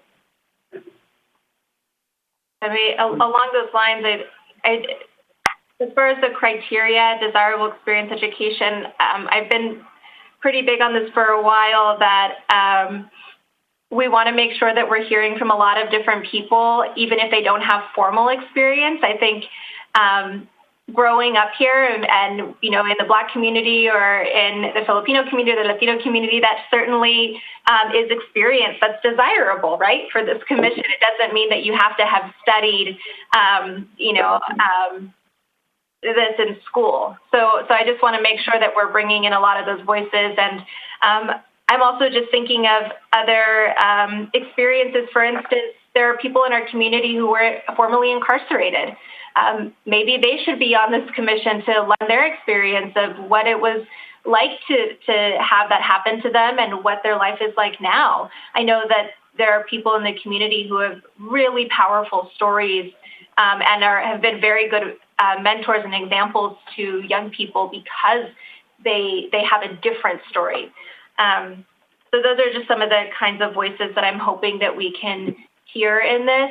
I'd also really think it's important that we reach out to the Latino community, specifically that speaks Spanish, and invite people who speak Spanish to be on the commission. I know that means that there's a little bit more that has to be done to accommodate, but I think that's what we need to to further understand what we need to do in our city. So, but I am happy to further identify those things with Mayor Pro Tem.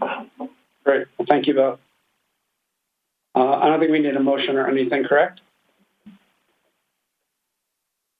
No motion is needed. Okay. Our next item is public comment on non-agenda items. This time has been set aside for members of the public to address the City Council on items of general interest within the subject matter jurisdiction of the city. Although the City Council values your comments pursuant to the Brown Act, it generally cannot take any action on items not listed on the agenda. 2 minutes will be assigned to each speaker. Tonight, the City Clerk will be contacting speakers via telephone. City Clerk, do we have speakers? Mr. Mayor, we do not have public comment for tonight's meeting. Okay, thank you. Next item, City Council and City Manager requests an upcoming agenda development. David, get out your pen. I have a bunch. Actually, so Mayor, we did forward the list of what's on the agenda for the next meeting, and I would note the additional item will be the budget discussion that we talked about earlier. So the agenda for next meeting is pretty full. I don't know that we'd get to any of the other items, but at the following meeting, perhaps we would be able to chart out when some of those will come forward as a priority. Thank you. Okay. Anyone have any requests or other comments they want to make? I'm sorry, I just am having trouble finding that email. I just want to see what's on it, and that'll dictate if I add something. It was sent by Cindy, I think, today, right? Okay, yes, I see it. Thank you. Actually, we can put it up on the screen, actually. We have it ready to go.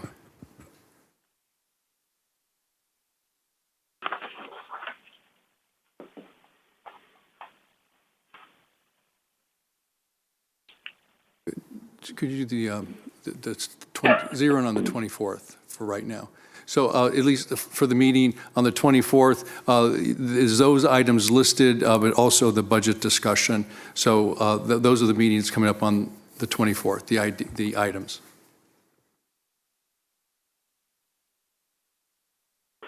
Okay.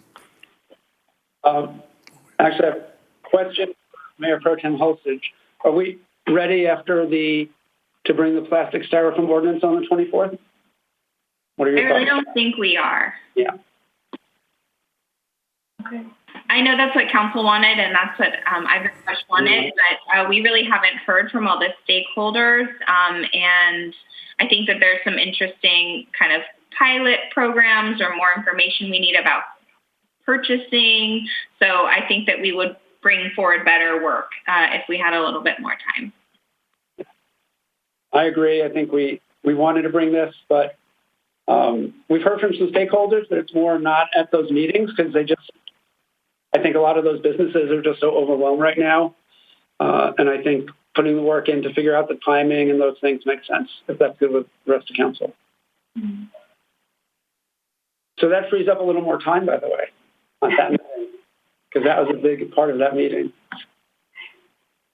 So I don't want to add anything to September 24th necessarily. I know that the city is working on the housing and rent control issue that I brought up, but the only other thing that I really want to raise up is the animal shelter. We said we would bring back the licensing, and there's another small issue with timing of adoptions. So I'm just hoping that we can get that done this year so that they can start with their licensing program officially January 1. So just if we can do that. I think it's pretty straightforward. It's just giving a little bit more clarification from what we discussed last time. Thank you. Anyone else? I have a couple things, and it doesn't have to be for the next meeting, but and I talked to the city manager on these. I think if we can bring forward a resolution, I think we need to do a whole bunch of resolutions. And I know staff is working on it so that our policies are actually written somewhere instead of just in the heads of the people who are here when they were adopted. So if we can bring back all the ethics, transparency, government reform policies that we approved and give direction on that aren't part of the public integrity ordinance in a resolution form, and same for the pension reserve, so that we have those things in writing, new council members get them, new city clerk and new city attorney who aren't here when these things are done have them, I think would be really helpful.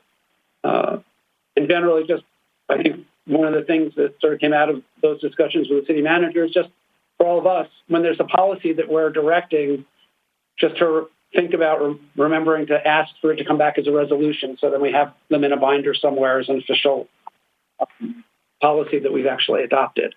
Otherwise, it's just maybe in a minute or the minute that someone goes back and has to watch a video of a meeting to see what we did. So I think it's just a good thing for us to have as a city to have those kind of policies in a resolution form in a binder that folks can look at. Wanted to raise the issue of the vacation rental hotline and just like to get a little more information. And, you know, this weekend was just an example. Just on Saturday night into Sunday morning, I think we had 5 or 6 calls after 1 a.m. So that would be early Sunday morning. And what I didn't know is although the vacation rental hotline is 24/7, after 5:30 p.m. Monday, Tuesday, Wednesday, and after 1 a.m. Thursday, Friday, Saturday, and Sunday, they're told to call the police non-emergency line. And so we're now asking someone who's been woken up at 3 in the morning to make a second call to be told that they're obviously a low priority because if the police department has other work. And then the police department goes out and, you know, they'll tell the people to be quiet, but no one gets a strike. And that seems to defeat a lot of our goals. And we charge a permit fee to cover all the enforcement. And if that needs to be higher so we can have staff on during those hours or figure out another way to address it. Because I've heard from several people that they've repeatedly called after those hours and nothing ever happens. And the house continues to be a problem. And I know that's not the majority of what happens, but I think it's something we might want to look at fixing. So I'm happy to work with staff on that, but I don't think people should be woken up at 3 in the morning, call a hotline, and then have to call the police non-emergency line to say if they have time, they'll go. That sort of doesn't work, especially on a holiday weekend when it is happening the number of times it is. And the last thing I just wanted to sort of as a request, I know when we bring back, sort of staff mentioned bringing back bathroom at the James O. Jesse Center. I think the idea was to use Quimby funds for that. I also note that we ended up with just under $1 million in Measure J above the $3 million that we used to do the full original downtown park plan. And we had talked about using the next phase of money that came in for parks, including neighborhood parks. And there were 8 parks projects, the Parks and Rec Commission and Measure J Commission recommended for the $1 million Measure J community projects that got stopped due to COVID because we didn't have the money in Measure J. So I'd just like that to be included. It doesn't have to be a staff recommendation, just for discussion purposes, because that was $925,000, which could be covered. There may be other things staff thinks are more important, and that's fine, but I would like that at least to be on the list that's brought back on the 24th for our discussion. And then the last thing I just wanted was an announcement. Tomorrow is 9/11 and the anniversary of the terrorist attacks on the World Trade Center. Usually we do a pretty big public event to commemorate it early in the morning. Because of COVID, that can't happen this year the same way. So did want to let folks know there will be a memorial with our first responders that some of us will be at, but it's not going to be a public event, but that it will be broadcast live on Channel 17, on KMIR and KASQ, that at 5:46 a.m. there will be a moment of silence, and at 6:15 a.m. there will be the lowering of the flag ceremony.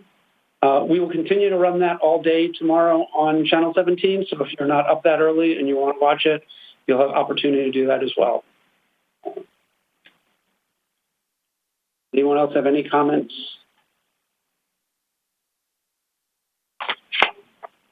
Okay, I'll just add really quick. In terms of all of the youth programs that we've been talking about and wanting to do more with the community, there's a lot of things that are existing. And so I've been talking to a lot of people about what we can just bring to our residents or promote. And my concern is that I want to be able to do things quickly. And so I just wanted to flag that as something that I think some of it doesn't require city council approval at all, because it's other organizations just coming in and beginning programming without our help. But I do want to raise that as just a concern of mine and wondering how we can move forward to make sure that things that need to be done to be violence prevention, et cetera, can be done in a quick way. Instead of always having to wait 2 weeks. And so I'm not sure exactly what that is, but I just wanted to bring that up. So on something like that, I would think, in city manager, if someone's aware of something like that, I think we could bring that to the city manager directly, and then report to council, that something's going to happen. David, does that work? I mean, I don't think all these things have to come to a full council. Yes, certainly. Thank you. No, thanks for asking that. Hey, so we'll adjourn tonight in the memory of Joseph Beaver to our next regular city council meeting on Thursday, September 24th, 2020 at 5:30 p.m. Good night, everyone. Have a nice weekend.